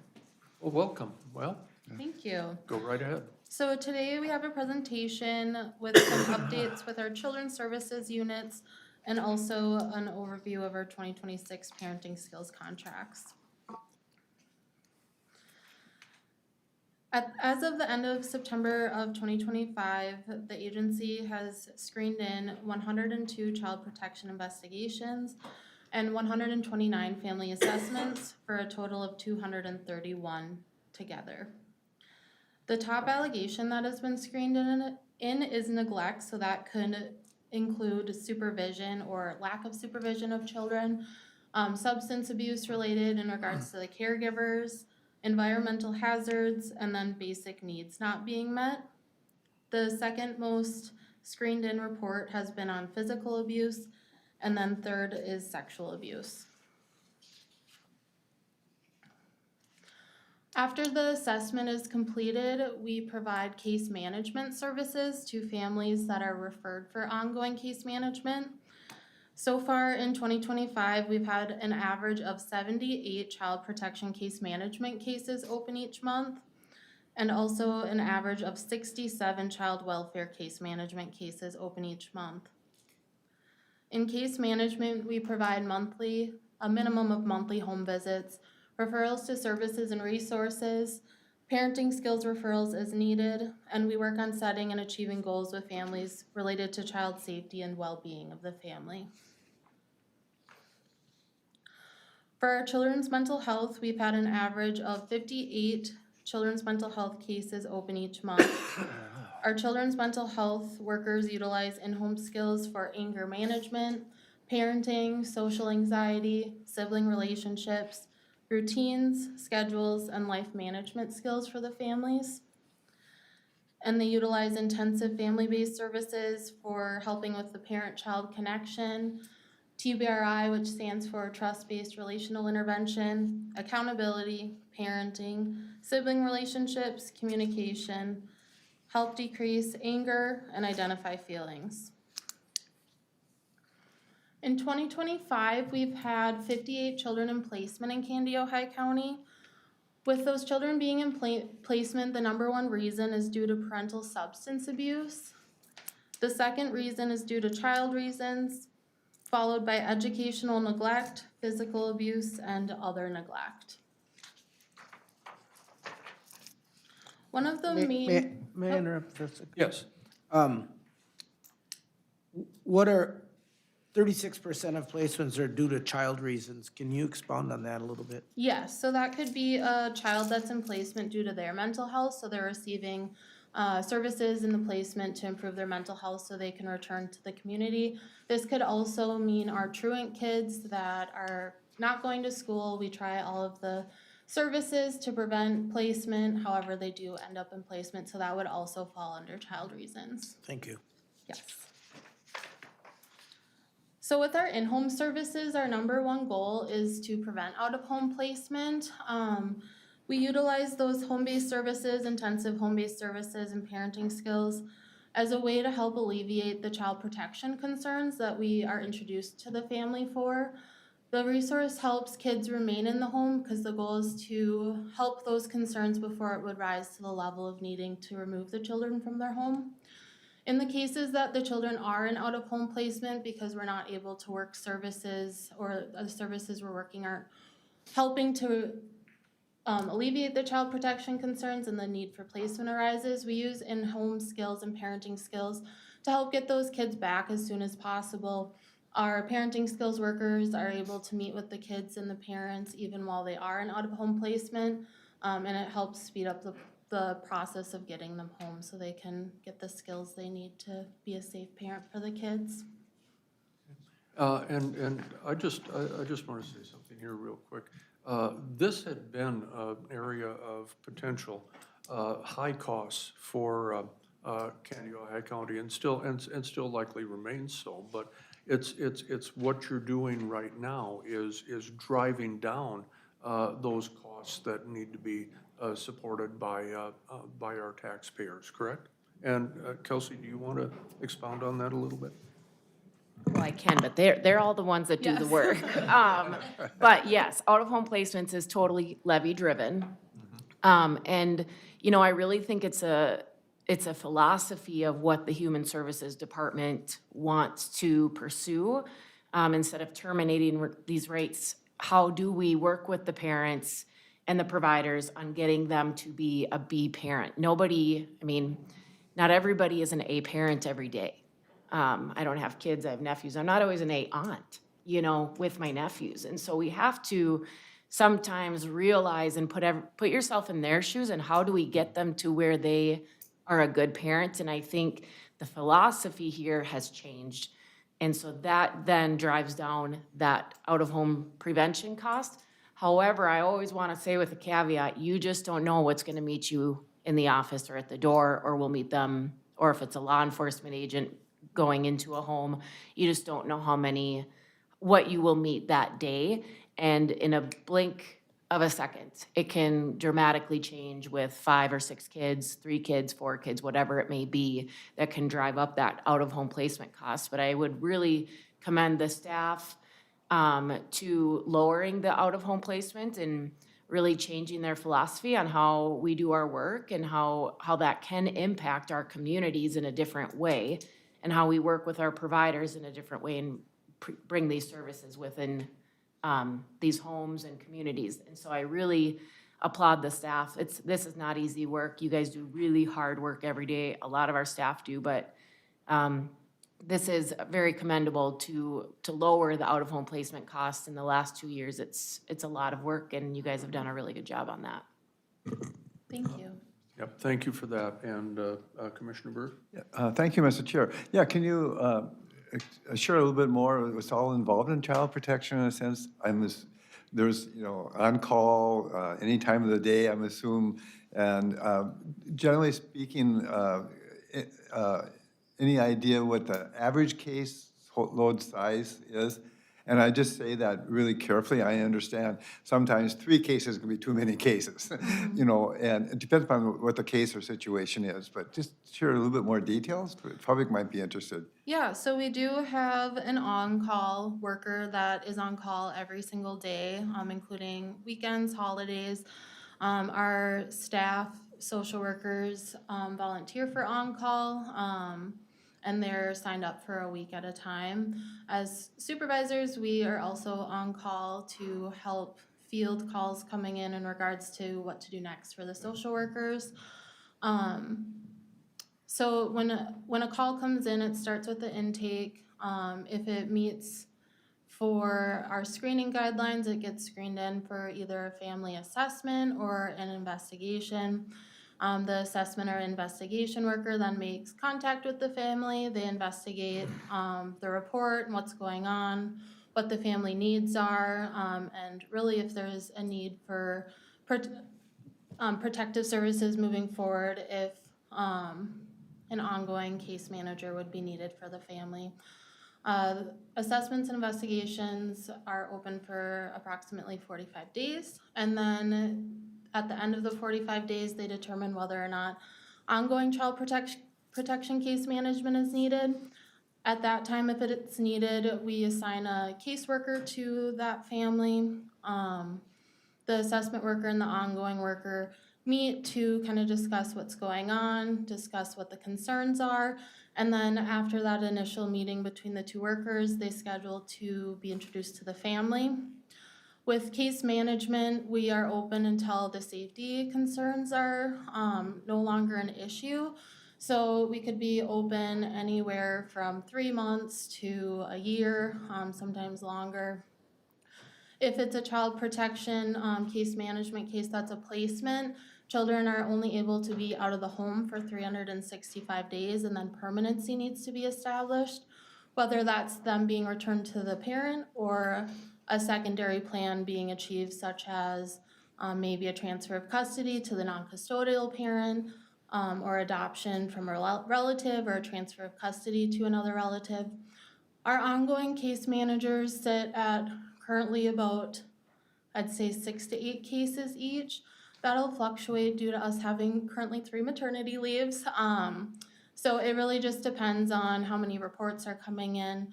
And then we base caseload off of kind of the circumstance of the case. So we could have a placement case that takes up a lot of our time, or a child welfare case where there's not as many safety concerns and the social worker is still spending time with the family, but maybe not as much as a placement. Excellent. Thank you. Sure. I'm gonna pull you back into your presentation a little Yes. bit here. All right. Yeah, thank you. And thank you for asking. Okay, so kind of like we just talked about, now we are going into what other services we work with to help prevent out-of-home placement and also work with our families to keep kids in home and keep kids safe.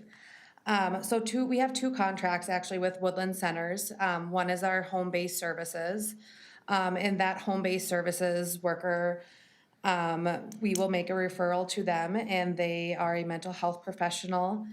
They will meet with the family 1 to 2 times per week. It is not a therapeutic for our home-based services. However, they work with the family on skills work, regulating emotions, behaviors. They sit down with the family and they work through any family struggles that they're having to see what can be better. They work with the families, foster families, relative placements. They'll work with these families before they go back into the home as well, or to keep them in the home. All of these workers are TBRI trained, which is trust-based relation intervention, certified as well. And then the next one is our intensive home-based services. This is a service that is a therapeutic service that is provided by our mental health therapist. This worker meets with the family a minimum of 2 times per week. Sometimes they meet 3 times per week. And they developed to meet an immediate placement risk. So if we have a family that is kind of borderlining if they would need placement or not, we would want our intensive in-home worker to go in there to kind of relieve some of those immediate concerns that we may have. It's more of a short-term service. It's about 3 months that they will work in the home, and if there are more services needed, a lot of the times they might get referred back to the home-based service, or UCAP, or a different, like a longer-term family therapy. Typically, that worker has about 5 to 6 cases that they can do at a time.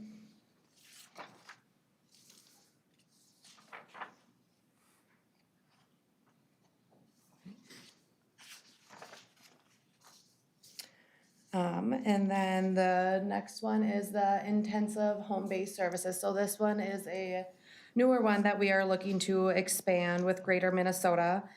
This has a counselor and a therapist level in-home who are bachelor's and master's level trained. The worker meets with the family a minimum of 2 times per week, in addition to being available for crisis phone calls. So they would be available on weekends, after hours, and that worker would be able to help the family in a crisis. The worker meets with the family a minimum of 2 times per week, in addition to being available for the phone calls.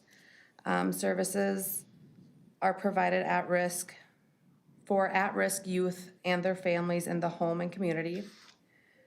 The goal for intensive family services is to stabilize a child's behavior so they are able to live in their home and access community-based services. They help develop parenting, communication, and relation skills, improve a family's ability to manage any crisis. Greater Minnesota will be, if this is approved, Greater Minnesota will be in the process of establishing a therapist for this position to start working with our agency. Family-based services. This is through United Community Action Partnership, otherwise known as UCAP. This is a skills-based service provided by a trained family-based worker. The worker meets with the family about 1 to 2 times per week. And what they do is they demonstrate and teach parenting skills, nurturing skills, discipline methods, child growth, and development to clients. They also help with budgeting skills, health and safety, and nutritional needs to the family, who learn effective strategies to manage stress, assist family members, and to understand and cope with separation and loss. They also help, when UCAP is working with families, they also help link them to other services. So UCAP has a number of services from budgeting, housing, car repair, the weather program. So they also help get those families connected to any other services that they would need as well. And then our trauma-based relational intervention, TBRI, we work with Sarah Barber, and she actually, she provides attachment-based, trauma-informed, trust-based relational intervention services for targeted foster care parents. So what she does is she specifically works with our foster parents to help, foster or adoptive parents to help them better understand different ways to parent children who may have experienced any neglect or trauma. And it's just, she helps role model what works for one child may not work for the other child. And she really kind of goes through all of that with parents, and it has really helped maintain relative placements as well. Nurturing parenting, so this will be a new one that we are doing with Harmony Visitation Center. Harmony Visitation Center is in the process of training their staff in nurturing parenting programs. What this is, it's parenting skills that will be provided during supervised visits at Harmony Visitation Center, and will be focused on the needs of the parents identified by the agency and by nurturing parent assessments that is completed at the beginning of the case. It is estimated that this will be able to start in January of 2026.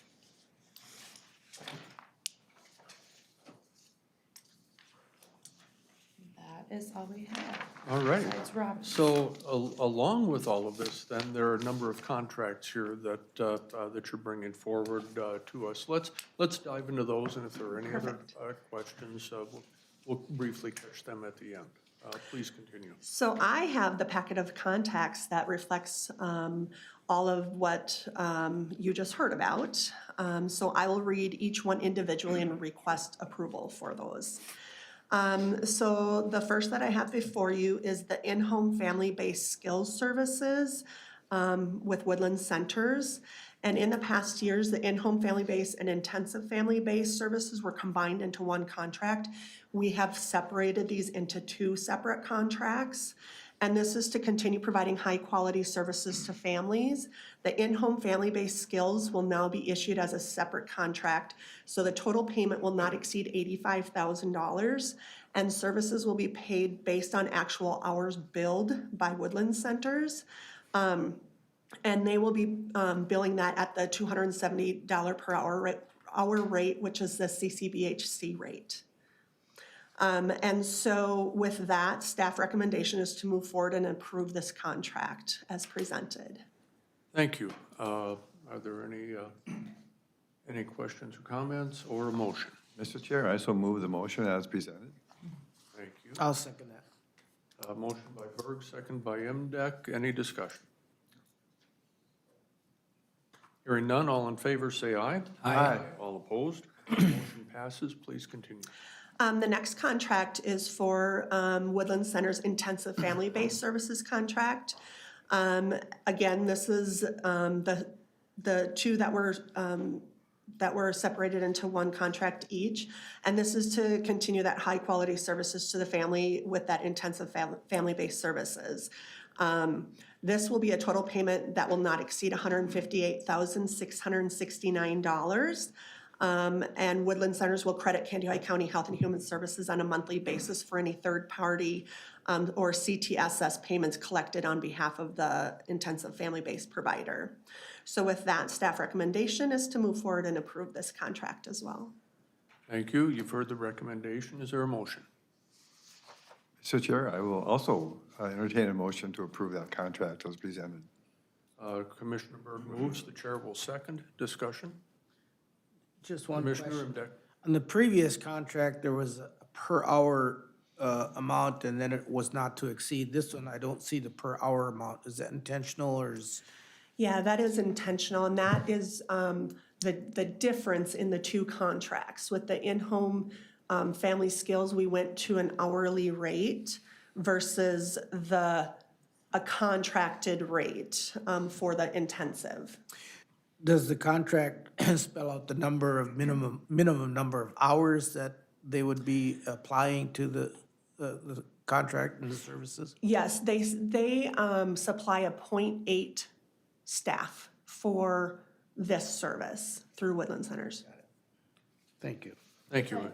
Yes, go ahead. If I may, to Commissioner Imdike's point, I think in separating the Woodland contracts, it does, I think in discussions within our Health and Human Services Committee, prior, we just give that lump sum and it's hard to track that. And I sat in with the supervisors and the director with Woodland Centers. And by doing this hourly rate in the first contract that was just approved is a shift in the direction that the county would like to go in, because then we are tracking the dollars and the services that Woodlands then is providing with levy dollars. If that makes sense, because it's a roundabout way. But the supervisors did a really good job in explaining that, and we're acting very stewardly with the county dollars in contract negotiations. So just to clarify that, I think that was a good question to bring up, and that was one of the reasons why we separated that out. Correct. Any other questions? Did you have something that you wanted to add on? Okay. No. I just wanted to.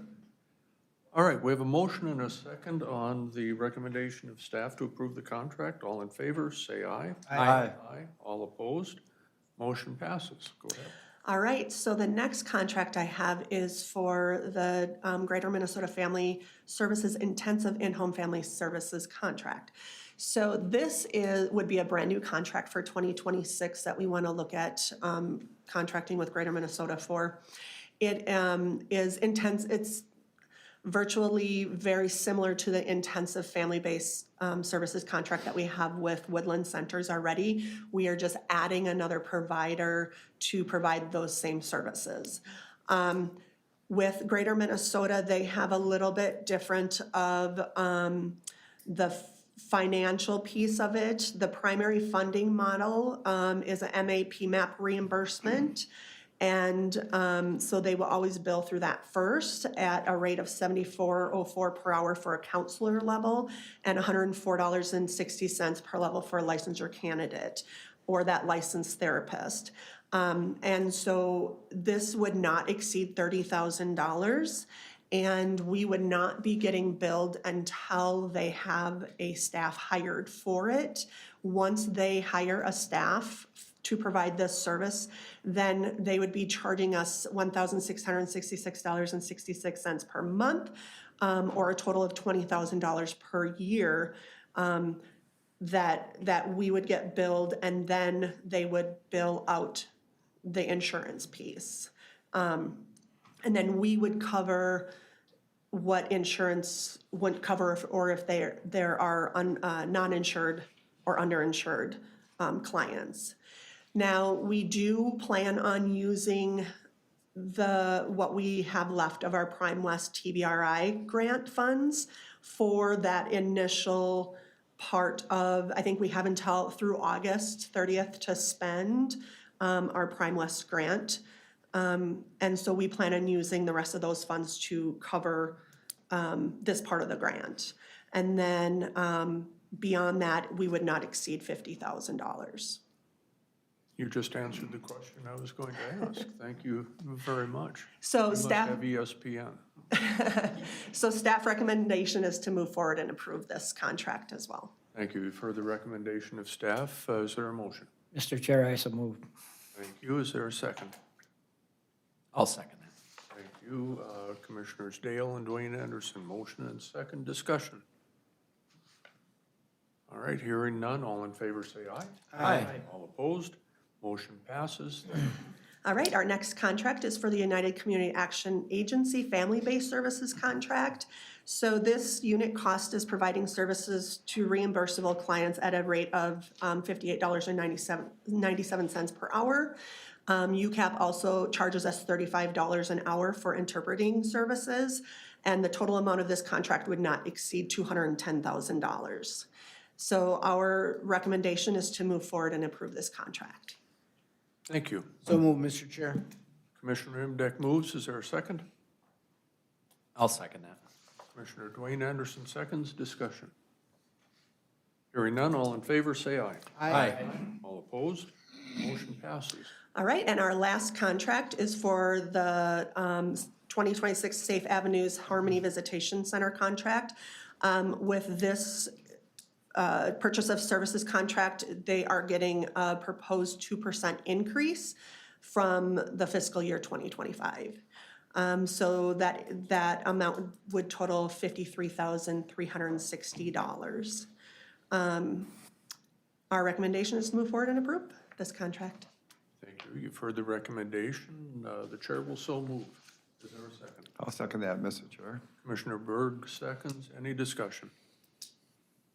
Hearing none, all in favor say, I'm sorry, did you? Okay. Just taking a breath, getting ready to vote. Let's vote. All in favor say Okay. aye. All opposed. Motion passes. Mr. Chair. You may. I think it's also important to note, when we're going into the 2026 budget cycle with MAFBA, the Act, whatever they're calling it now, these are all considered, what's in these contracts and the services that are provided, these are all considered active efforts. So I'd like the board to be aware of that when we go into 26 and you guys are going to the Capitol. We are currently doing active efforts, which is required under the Act. And so I think that's just important to note within these contracts. That's a great point. Thank you so much. Did you have anything else? I do not have anything else. And I'll get to you. Sure. Okay. That, I don't have anything else. Commissioner Berg. Well, I just want to really thank all your work and all the time spent just on contracts. And it makes me remember, I remember the time when, at least in Human Services, it was over 100 contracts a year. I probably a lot more now. And not only that, but a lot more complicated. And a lot of good services going behind these contracts, and this makes a big difference, so thank you. And I just want to piggyback on that a little bit. Thank you, and thank you to everybody in your department who does this work so often, all too often. You're meeting families on one of the worst days in their lives.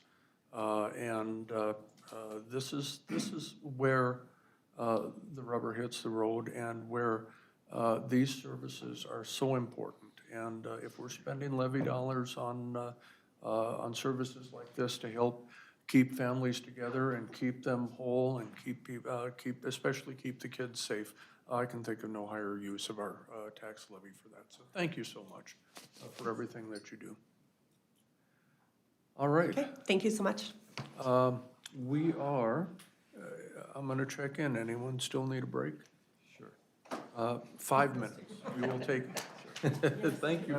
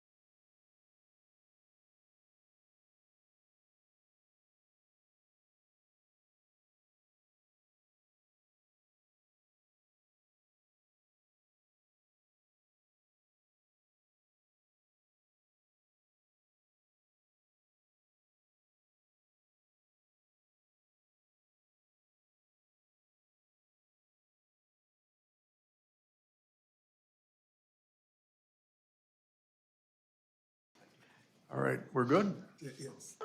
All right, the Candiota County Board of Commissioners is back from recess. Next item is a presentation from Administrator Baker. This is in regards to extending a lease. Kelsey? Yes, Kelsey Baker, Candiota County Administrator. Before you today is to extend the Prairie Lakes Youth Program lease agreement that is ending December 31st, 2025. The ask would be to extend this lease up until March 13th.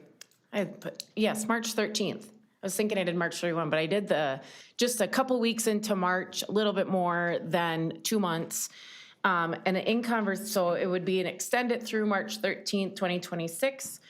This allows time for the Prairie Lakes Youth Board to continue to look at their building options and evaluate their long-term plans. I did have a conversation with the Executive Director, Kristen Johnson, and the Prairie Lakes Youth Board. Our liaison, Commissioner Berg, feels comfortable with this. And so I do feel this is a good option for both parties. Thank you. And Commissioner Berg, to that point, anything to add? You said it quite well. Prairie Lakes Youth Program is looking at several options right now going forward because the current facility is not ideal and hasn't been ideal for some time.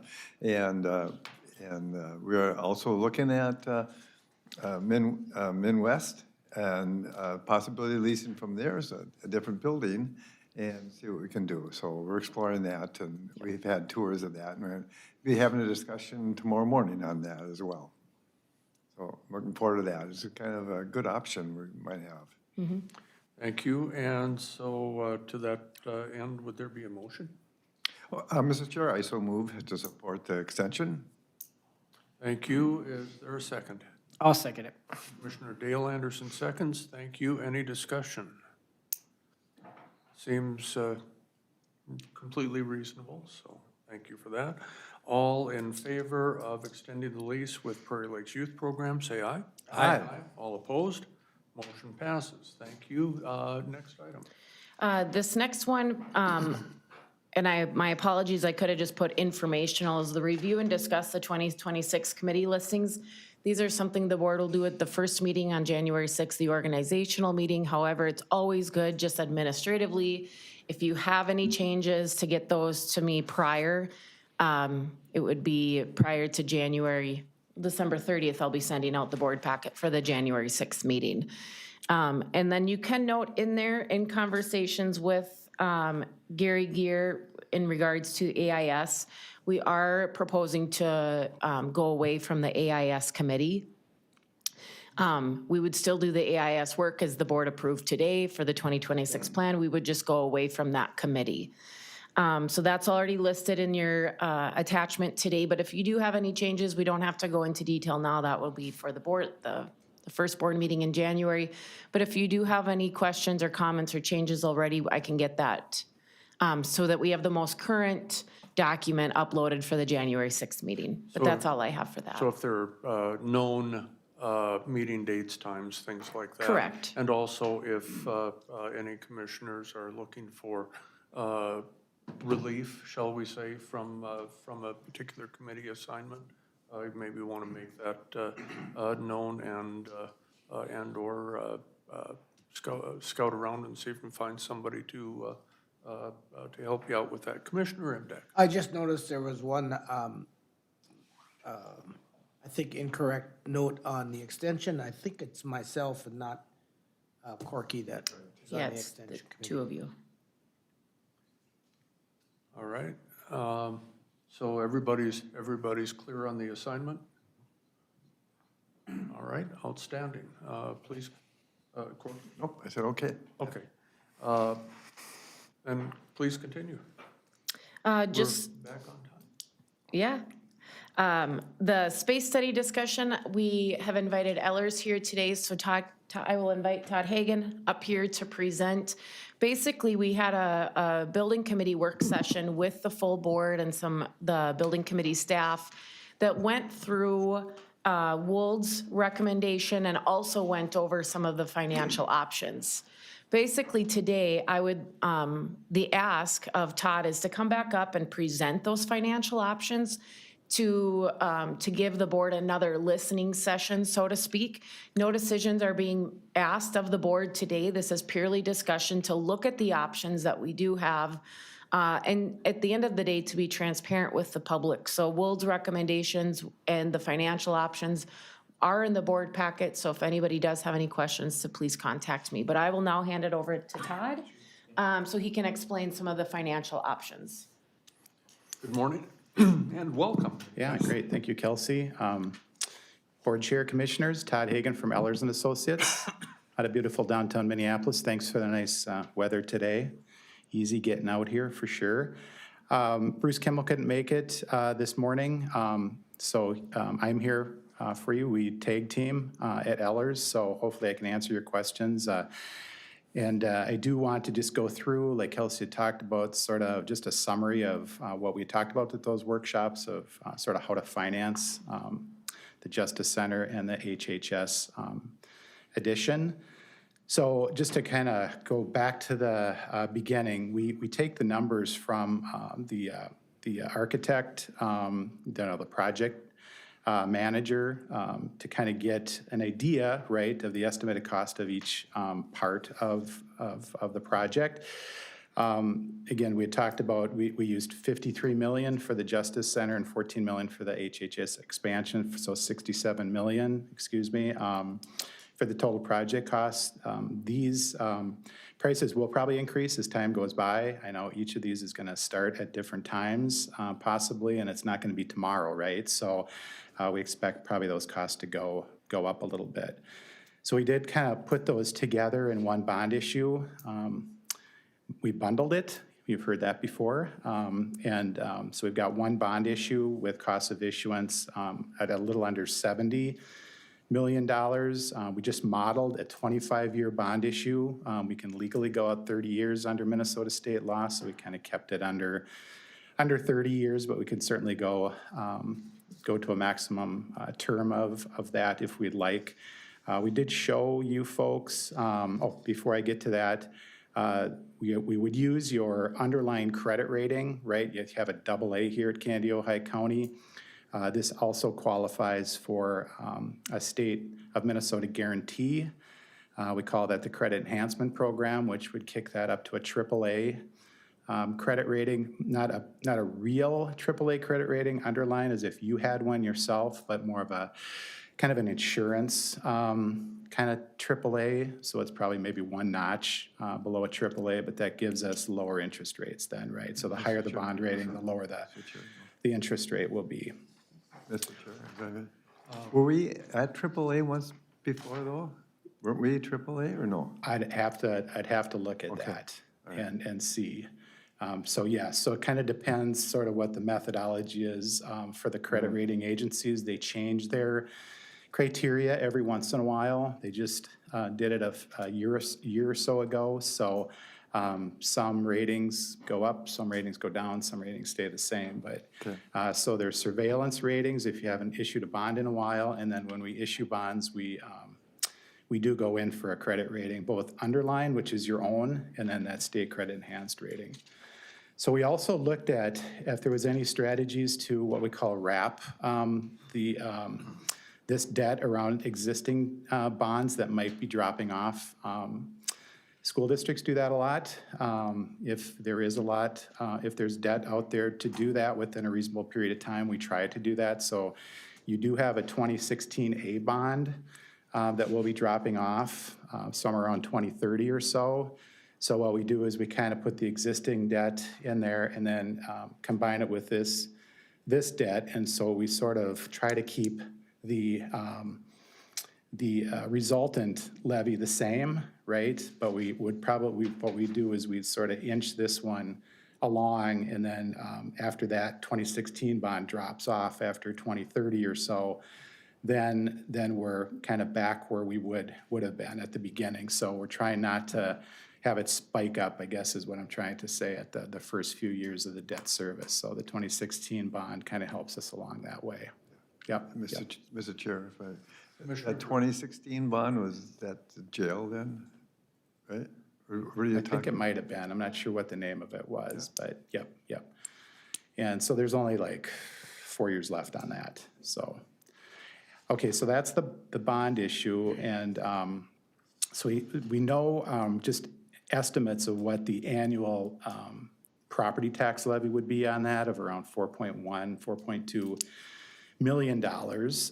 So we did a tax impact schedule that sort of shows what the impact would be on the property taxes for various residential values and commercial, industrial apartments, some ag land, and some seasonal rec. And we've got it going from all the way from $50,000 to $1 million.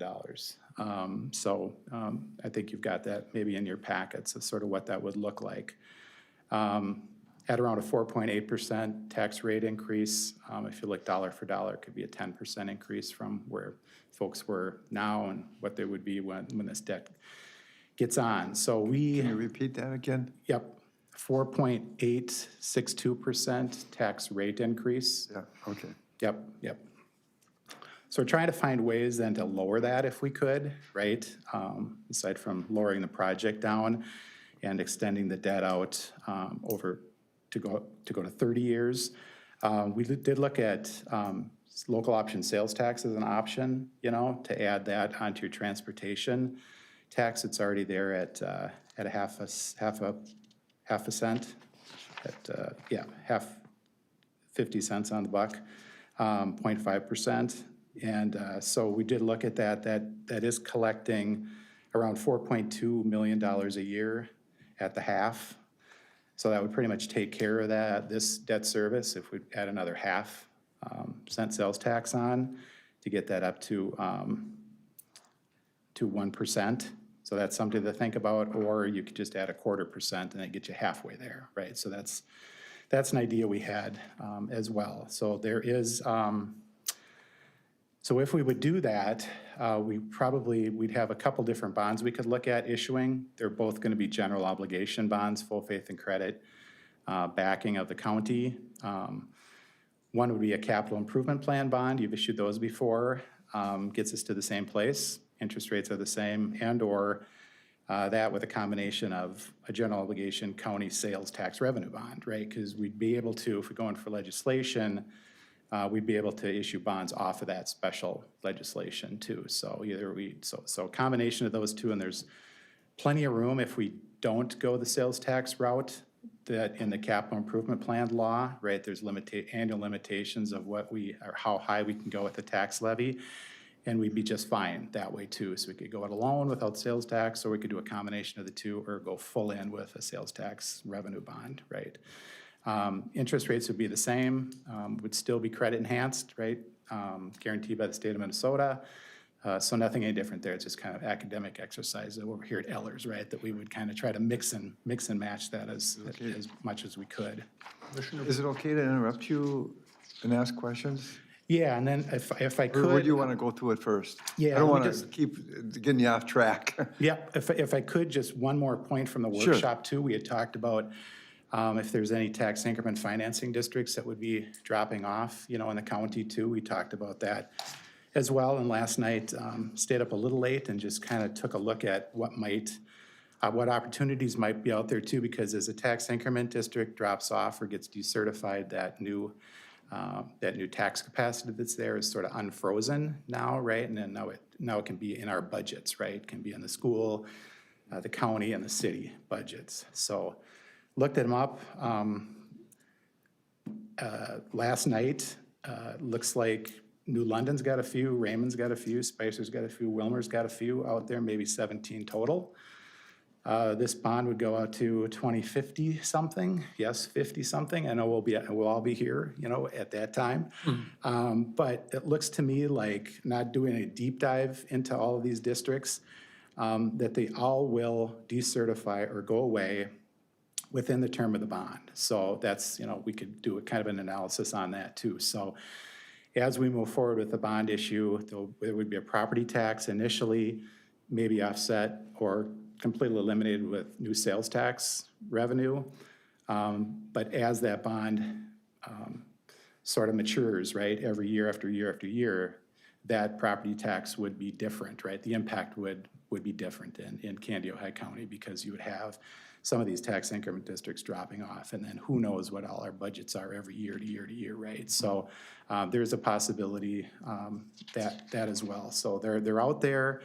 They're out there. They're pretty long.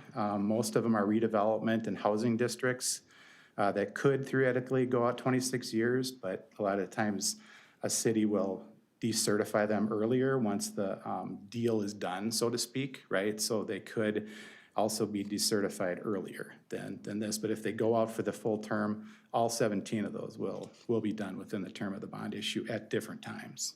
So I just wanted to kind of make that point as well. I think right now, I do have sort of also, after questions here, I do have the mechanics of how to go about implementing, starting out a new sales tax for Candy, Ojai County. It is good timing right now because January 31st, we would need to submit the resolution that would need to be passed by the county to move forward by that time. And then we would work with local legislators to introduce the legislation and secure the legislative approval after that. So we would adopt a resolution that's got the proposed rate that we would want to put in there. Typically, it's 0.5%. Could be 0.25%. A detailed description of the proposed project goes in there. We have to document the regional significance of the project, the estimated amount to be raised for each project, and identify the length of time. 20 years is typical. You know, we'd probably go 25, right? Because we almost have this baked anyway, pretty much. We all know what we're trying to accomplish here, and the total amount to be collected, which would probably be the bond amount at the end of the day. So I would probably put some cushion in my number to get that up, just because as we move forward year to year before the project gets started, that cost will no doubt go up as we move forward. So I'll yield for questions now for you folks. That was my quick summary. Commissioner Berg and then Commissioner Imdahl. Sure. Thank you, Mr. Chair, and thank you for, that's a lot to take in and a lot for you to cover and put together for us. I appreciate all the options you're trying to give us and make things, see if we can make this work. And I think we all try to make things work if we can. I am a little concerned about some other things, but before I get into that, the initial levy that would go on, that would vary how we go about that, right? Is there more than, do we have to put a levy, let's say we decide to do this and we start next year, we'd have to put what % on the levy? Yeah, we would, if And what would be the options? Yeah, if the special legislation isn't there yet, if it is there, but it's just not approved yet by us, we'll use that as best we can. We'll maybe delay some principal payments to kind of dovetail that in there so we don't have a spike in the property tax.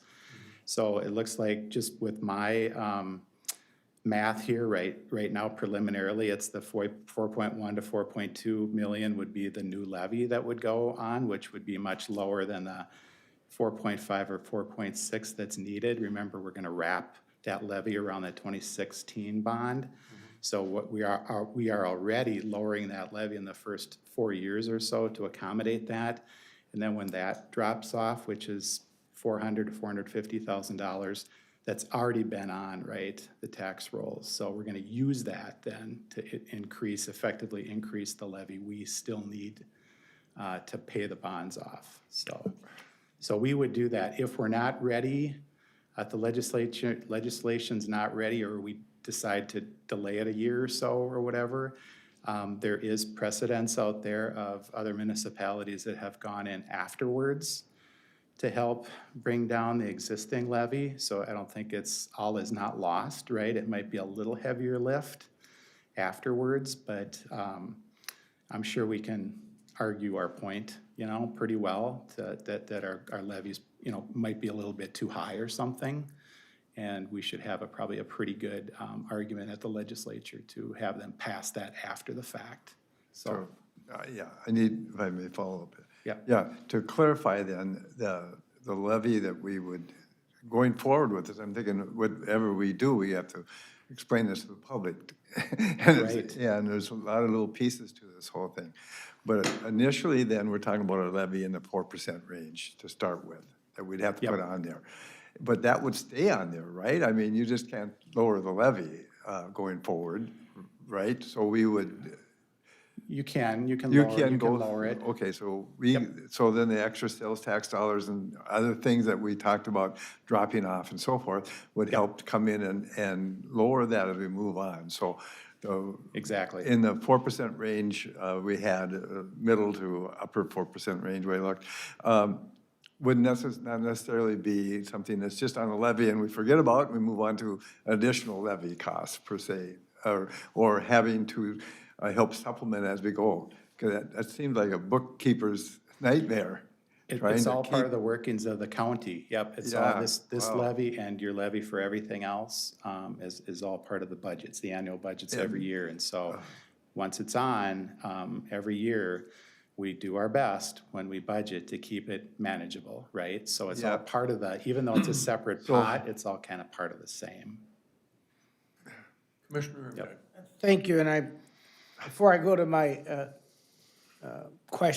comment, is that I think what Commissioner Berg is saying is that if we put $4.1 million of debt on there, next year we have a 3%, let's just say, for example, we have a 3% levy increase, that'll be 3% on top of the that 4.1 million is a payment every year. Yep. So it's not an increase every year, but it's there every year. It's there. Yeah. It So, was there. in the packet you talked about, I didn't see any packet regarding any finances. All we have is the Wold. We did before, though. I didn't put that detailed information. I can print Okay. it off for them because this is preliminary.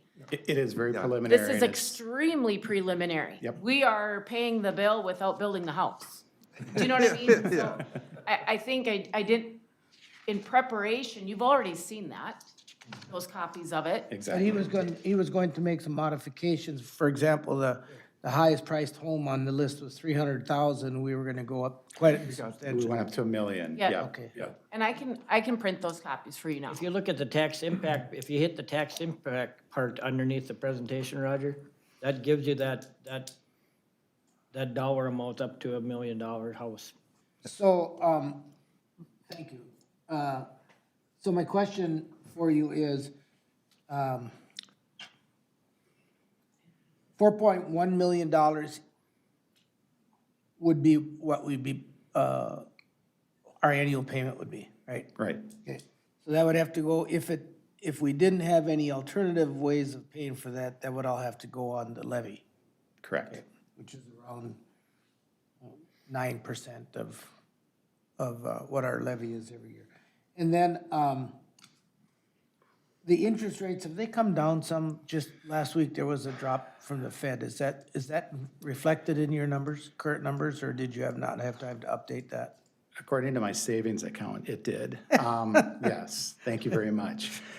So the bank rates have gone down, and the public bonds issued in the public, like this would be, they've always been very low. It's a supply and demand. It's people out there, it's mutual insurance companies, it's corporations that buy these bonds. I would say if anything went down from last week, it would probably be just the shorter years, right? Probably years 1 through, I don't even want to go to 1 through 10, it could be 1 through 5 or something like that, which is probably where the banks are buying them, right? Because they also buy bonds out in the public market, so that would be I think the net effect of that is maybe those short-term maturities, those shorter maturities went down a little bit. When you kind of stretch it out to 25 years, I think all the interest rates benefit from that. You know, if you average them all out, everything probably went down a little bit as well, so. So is there a way of doing this without increasing the levy at all? Because it seems that's what Stearns County is doing with their project. Sales tax have and sales sales tax would do it. So if you had sales tax that would cover the loan payment, the bond payment, Yep. then there would be no need for any kind of, unless we started in the first year before the sales tax started going into effect. Correct, And correct, we don't know that then, right? If we would or not. right. So, So if we go in for the 0.5 cent, that would do it. And that's 50 cents on every $100 Yeah, yeah, at that level. yeah. But that's still, at that level though, I always like to point out, you know, that the good news is it's not all on Kansas County residents. The bad news is still a lot of money. And you said 4.2 million a year. Well, that only comes to 105 million, and that includes the interest and everything? Because I thought I saw something that was like 140 million with interest that the loan would be. But by the time we get done, after 25 years. Maybe I'm wrong on that. Yeah, by the time you get just the last run I did, it looks like, and that's financing 67.755 million. Total debt service would be almost 117 million. Yep, yep, Or it might be a little bit more than 4.2 million a year. yep. But yeah, interest rates have come down. It's a good time to be thinking about doing this right now, because we are starting to see refinancings kind of reemerging again too. That's stopped for the last, what I think is maybe 8 years or so. So things are looking up that way, so. So I think I heard you say that there's a process that you were going to take us through. Did I understand that correctly? Yeah, for the sales tax, Yeah. we need to do that, yeah. If you're thinking about it, we probably need another board meeting at the beginning of January or something like that to kind of get that moving forward. We'd like that resolution drafted by your bond attorney, if we could. They're pretty, they're experts in getting that kind of paperwork done, basically. So we just need a board resolution to move that forward, but we need some information, which we already have, right? Because I think this is the project we're looking at, right? And, but we could add more if you wanted to. But if you just wanted to solely go with this, you would adopt a resolution, and like it said, we'd need to figure out if we want to go the 0.5 cent or 1/4, right? Cent sales tax on that. Description of the project, that's pretty easy. We know what, Walda's given us that. Nice description there in their presentation materials. Document the regional significance of the project, which I don't think is difficult to do for a county project. The estimate amount to be raised for each project, we already have that transportation tax in play here, right, at 0.5 cent. So, we already know, we think we know what that's going to yield already. Identify the term, length of time of the bond issue is what they're asking for, which should kind of mirror, right, the sales tax. We probably go 25 years on that because it's such a large project.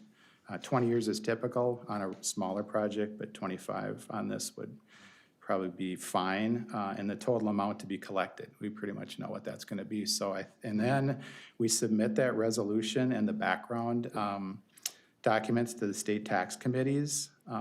We must submit that to the House and the Senate tax committees by January 31st of the year. Special law is requested. We need data and documentation about the regional benefit that must be included. That might be a little heavier lift, right? Work with our legislators to get that through, right? Might have to go up and testify a little bit about this. If in fact that gets approved by the legislature, then we adopt another resolution accepting that law. That's how that works. If that gets approved, then we file that with the Secretary of State. And then we hold a referendum, right? So now we have to ask the voters here, and that must be conducted within 2 years of receiving that special authority to impose the tax. Must include a separate question as we get through that. Then we also need to pass an ordinance imposing the tax and notify the Commissioner of Revenue. So there are a few hoops to jump through. So January would be the resolution of the legislature. June 26th would be legislative approval. September would be board resolution for the ballot, I would imagine. Referendum for the local sales tax would be in November of 2026. The ordinance and the DOR notification, December 26th. And then we would expect, if all that falls into place, that the collection then would begin April of 2027 in a perfect world. So that's kind of the timeline we'd be looking at. And I think I heard you say that we would have, was it 2 years from the time we received the authorization to actually put it to referendum? Yeah, so Or would it have to be done at the general? you have within 2 years of receiving the authority to impose the tax. So you have to conduct that referendum by that. Then it gets too old, I think, yeah. Okay. Mr. Chair. Dwayne, and then Corky again. Okay, so my question would be, if we got to go before legislature to request to put on that sales tax, you know, I know it has to get voted on, but is that part of their bonding bill then, or is that separate? Because they have a hard time passing a bonding bill every year lately, so I'm just wondering, you know. Well, it might be, I'm expecting, since there was a moratorium that just got lifted on this for a couple years, I'm expecting a lot of folks to go in. So either we're gonna run into a political problem and nothing's gonna happen, or short, yep, and, or they're just gonna say, you know, you waited this long, this is a pretty successful program. Let's just run these through. So I guess we'll just have to wait and see, but it's something that, you know, if you're not in line, you know, you're not gonna get it. So, but I suspect we're all gonna be amongst friends going in there. And these county projects, the regional significance is huge here as opposed to some city park project or something, right? So, or a city hall or something like that, right? So, I don't know, it's just something to kind of think about. You might have a pretty good shot at it, but if you don't ask, right, you don't get, so. I think we heard this at conference last week. If you're not at the table, you're on the menu. That's great. Okay, thank you. And you're talking about, you know, we're looking at this project, but now we're at this crucial time, is that, are we gonna do the project, or what are we gonna do with the project, or what route are we gonna take? And so I don't think officially we made that decision yet. So we're right there looking at, do we do this or not? But we have to make that decision now. And so do we look at 70 million building project going forward? And I'm assuming we just don't make that application for the sales tax without that commitment that we're going to continue to do the whole thing. I mean, you can't get that sales tax if we didn't follow through with this, correct?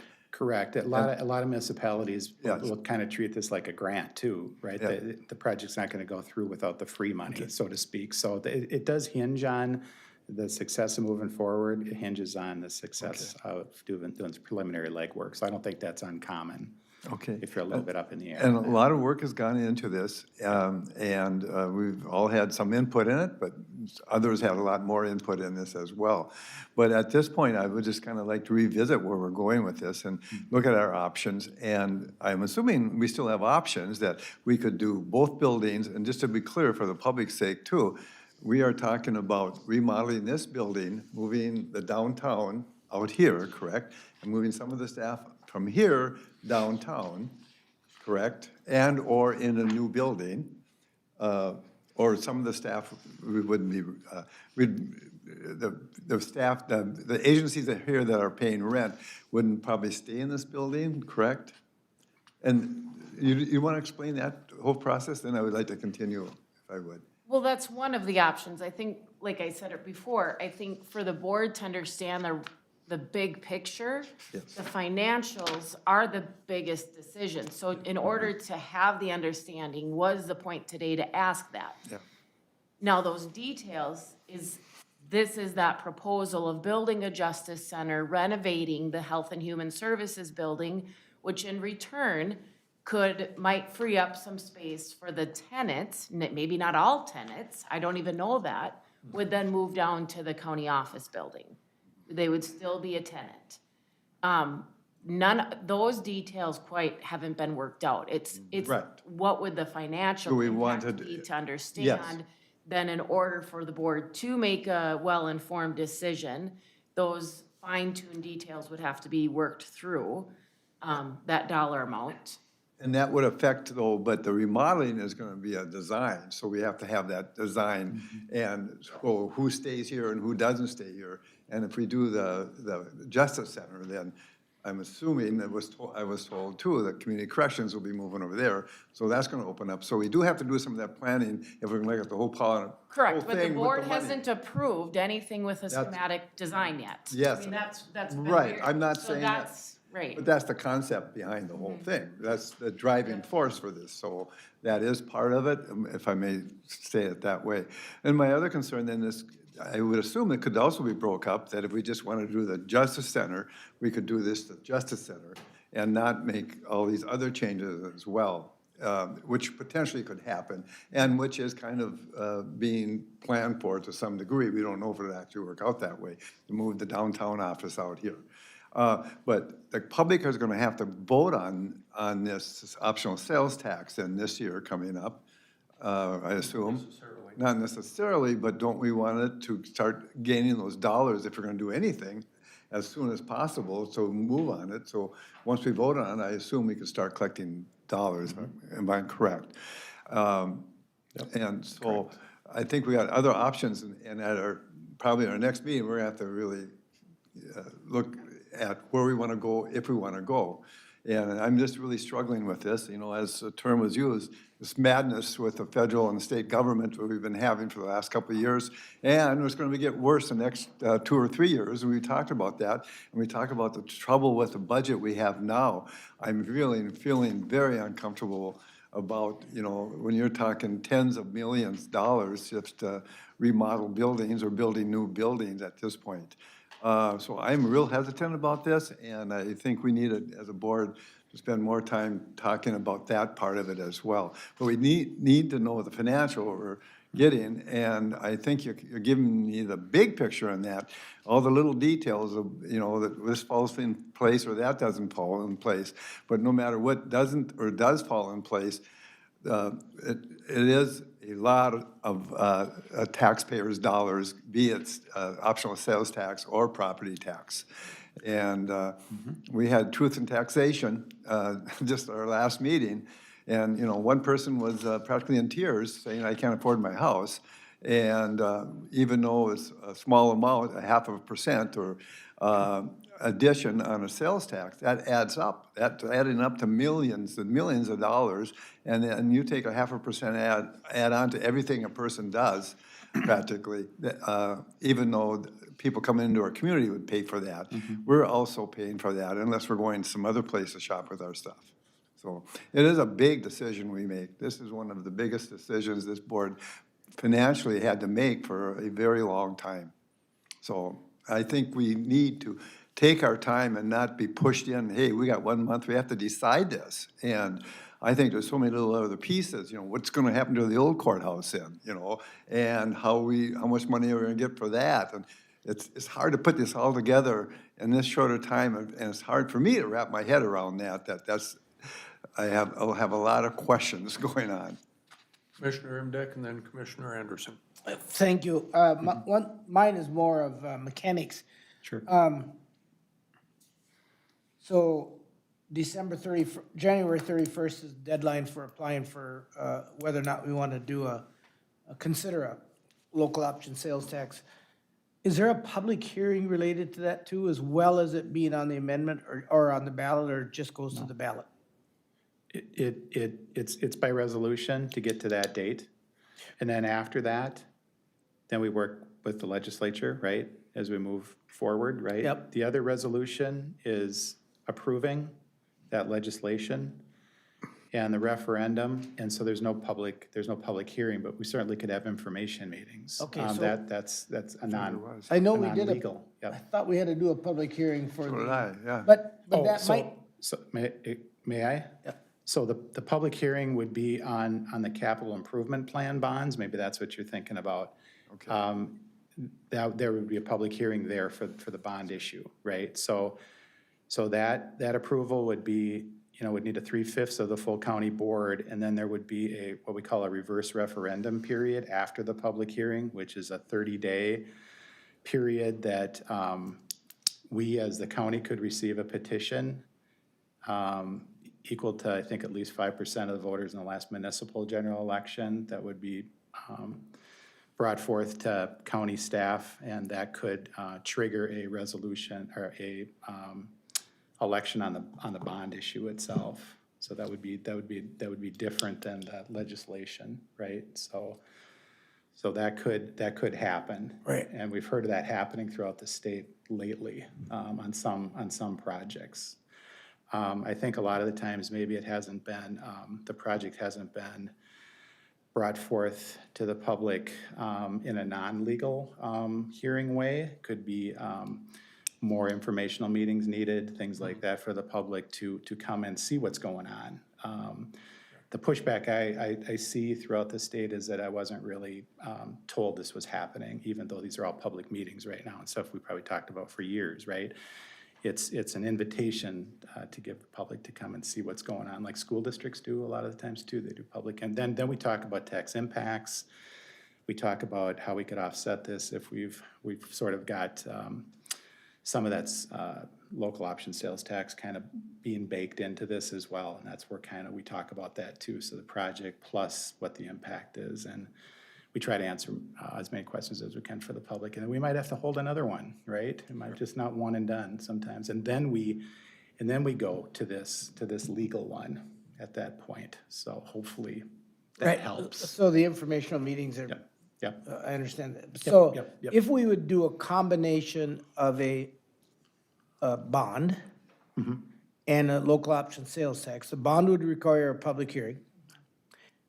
Yeah, the capital improvement bond would. Yep. And then the local option sales tax would be on the ballot, but it would not require a public hearing. Now, the transit sales tax required a public hearing, but they have a little different law. They did not need to get the legislative approval first, so.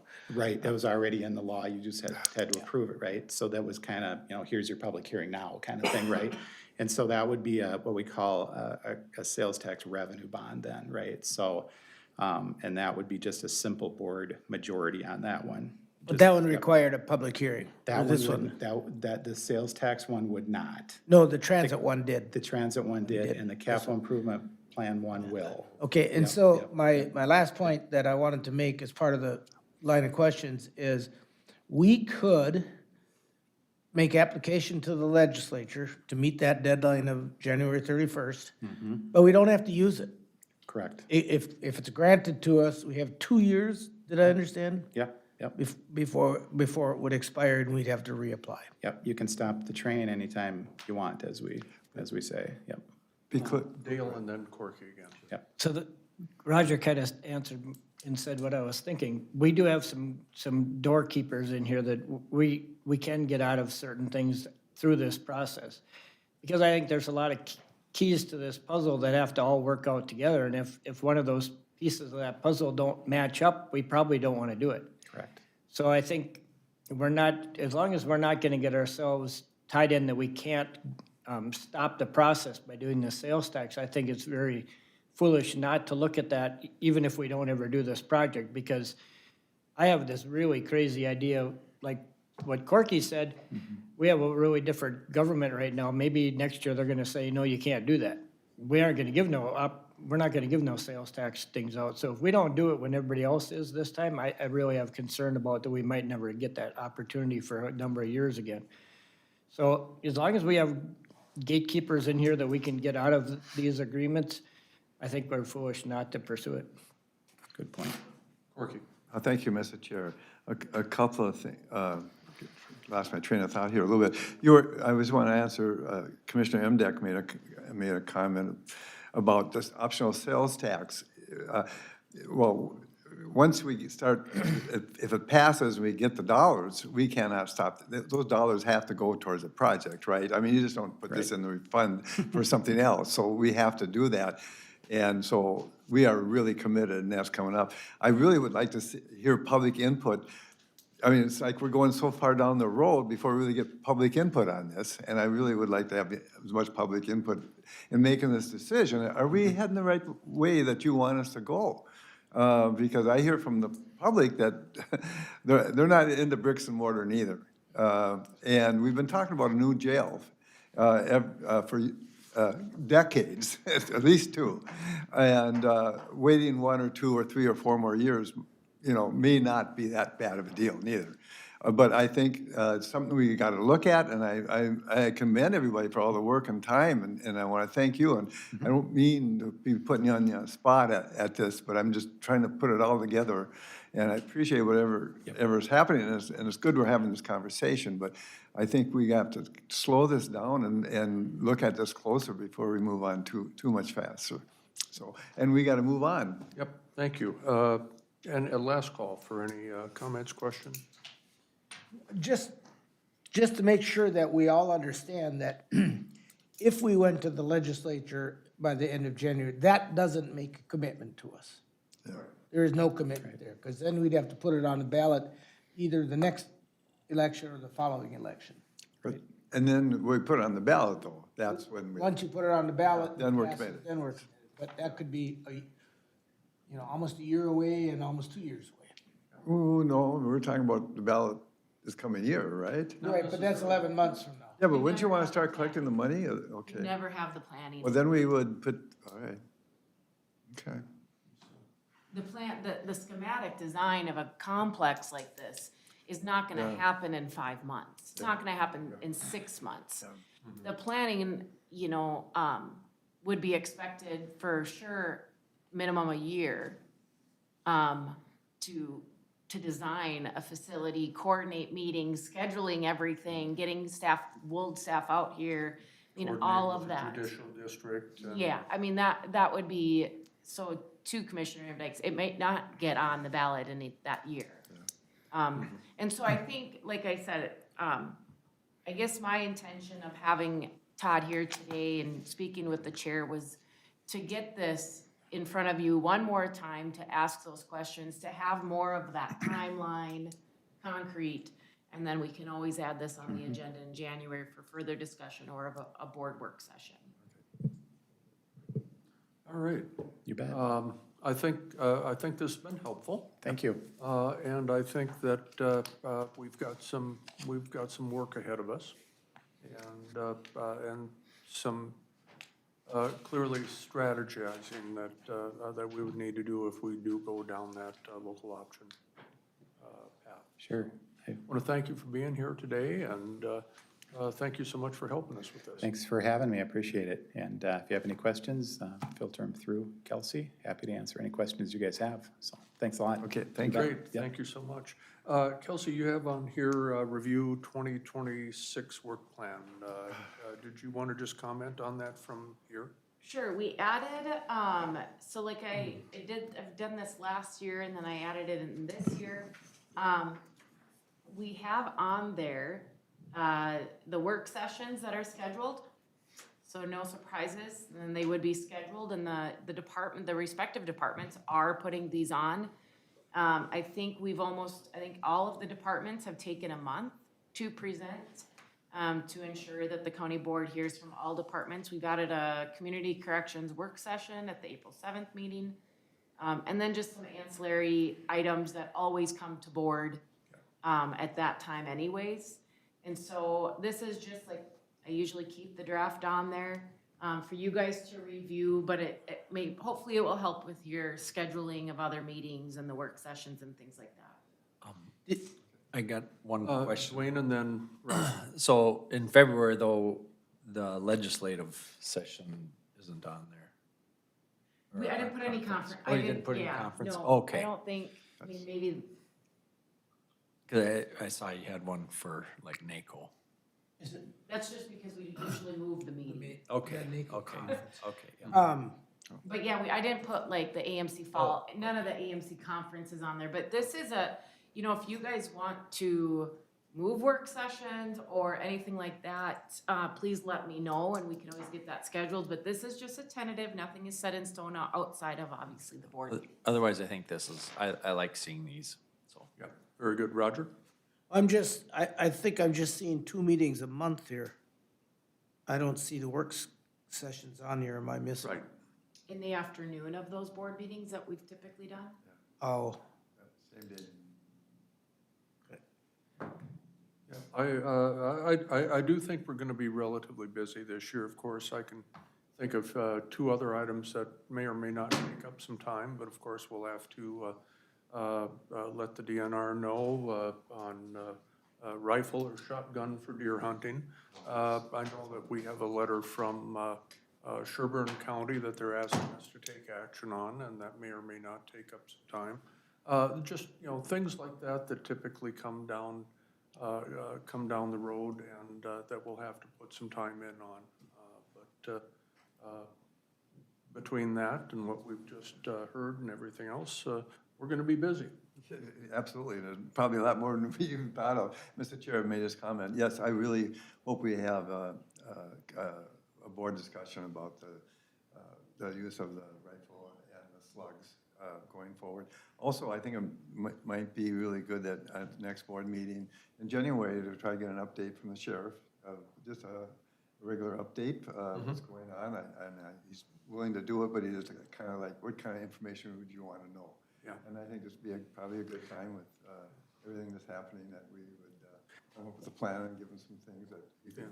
I see he's scheduled for an update in August, but certainly I think it's have time that discussions we- about bringing him in Yeah. a little early. Going Anyone else with anything? Otherwise, I would just, Roger, go ahead. you brought up, you know, the no-wake zone, the shotgun thing, shotgun versus rifle. Probably a few other things for consideration that we could just talk about and see whether or not they could advance to discussion regarding, because I know at the AMC level, short-term rental is Yeah. becoming a conversation. And so. Yep, absolutely. That and a dozen other items came across my committee at General Government. And surprisingly, we got through that in better time than I've been able to make here today, so I apologize for that. Before I let you go, I just wanted to mention one other thing for the folks out there.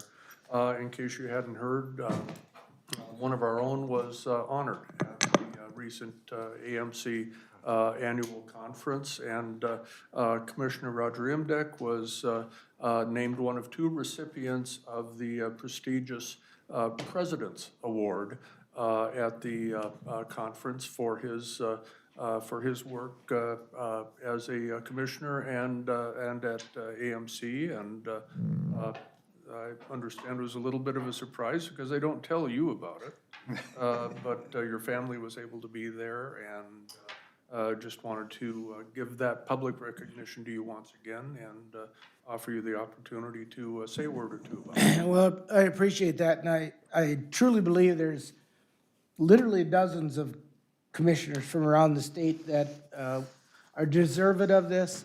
It was my turn, I appreciate it, and I appreciate, I've enjoyed all the work I've done. One of the things that the president indicated was that not only the work you do in your own community, but work you do on behalf of all 87 counties, and I think that was a high criteria, so I appreciate the note. Thank you. You're quite welcome. And with that, I think we've exhausted ourselves of the business that we have today. We'll be meeting with our legislators in about half an hour, and we're going to be doing that downstairs. So at this point in time, we will adjourn the Candiac County Board of Commissioners.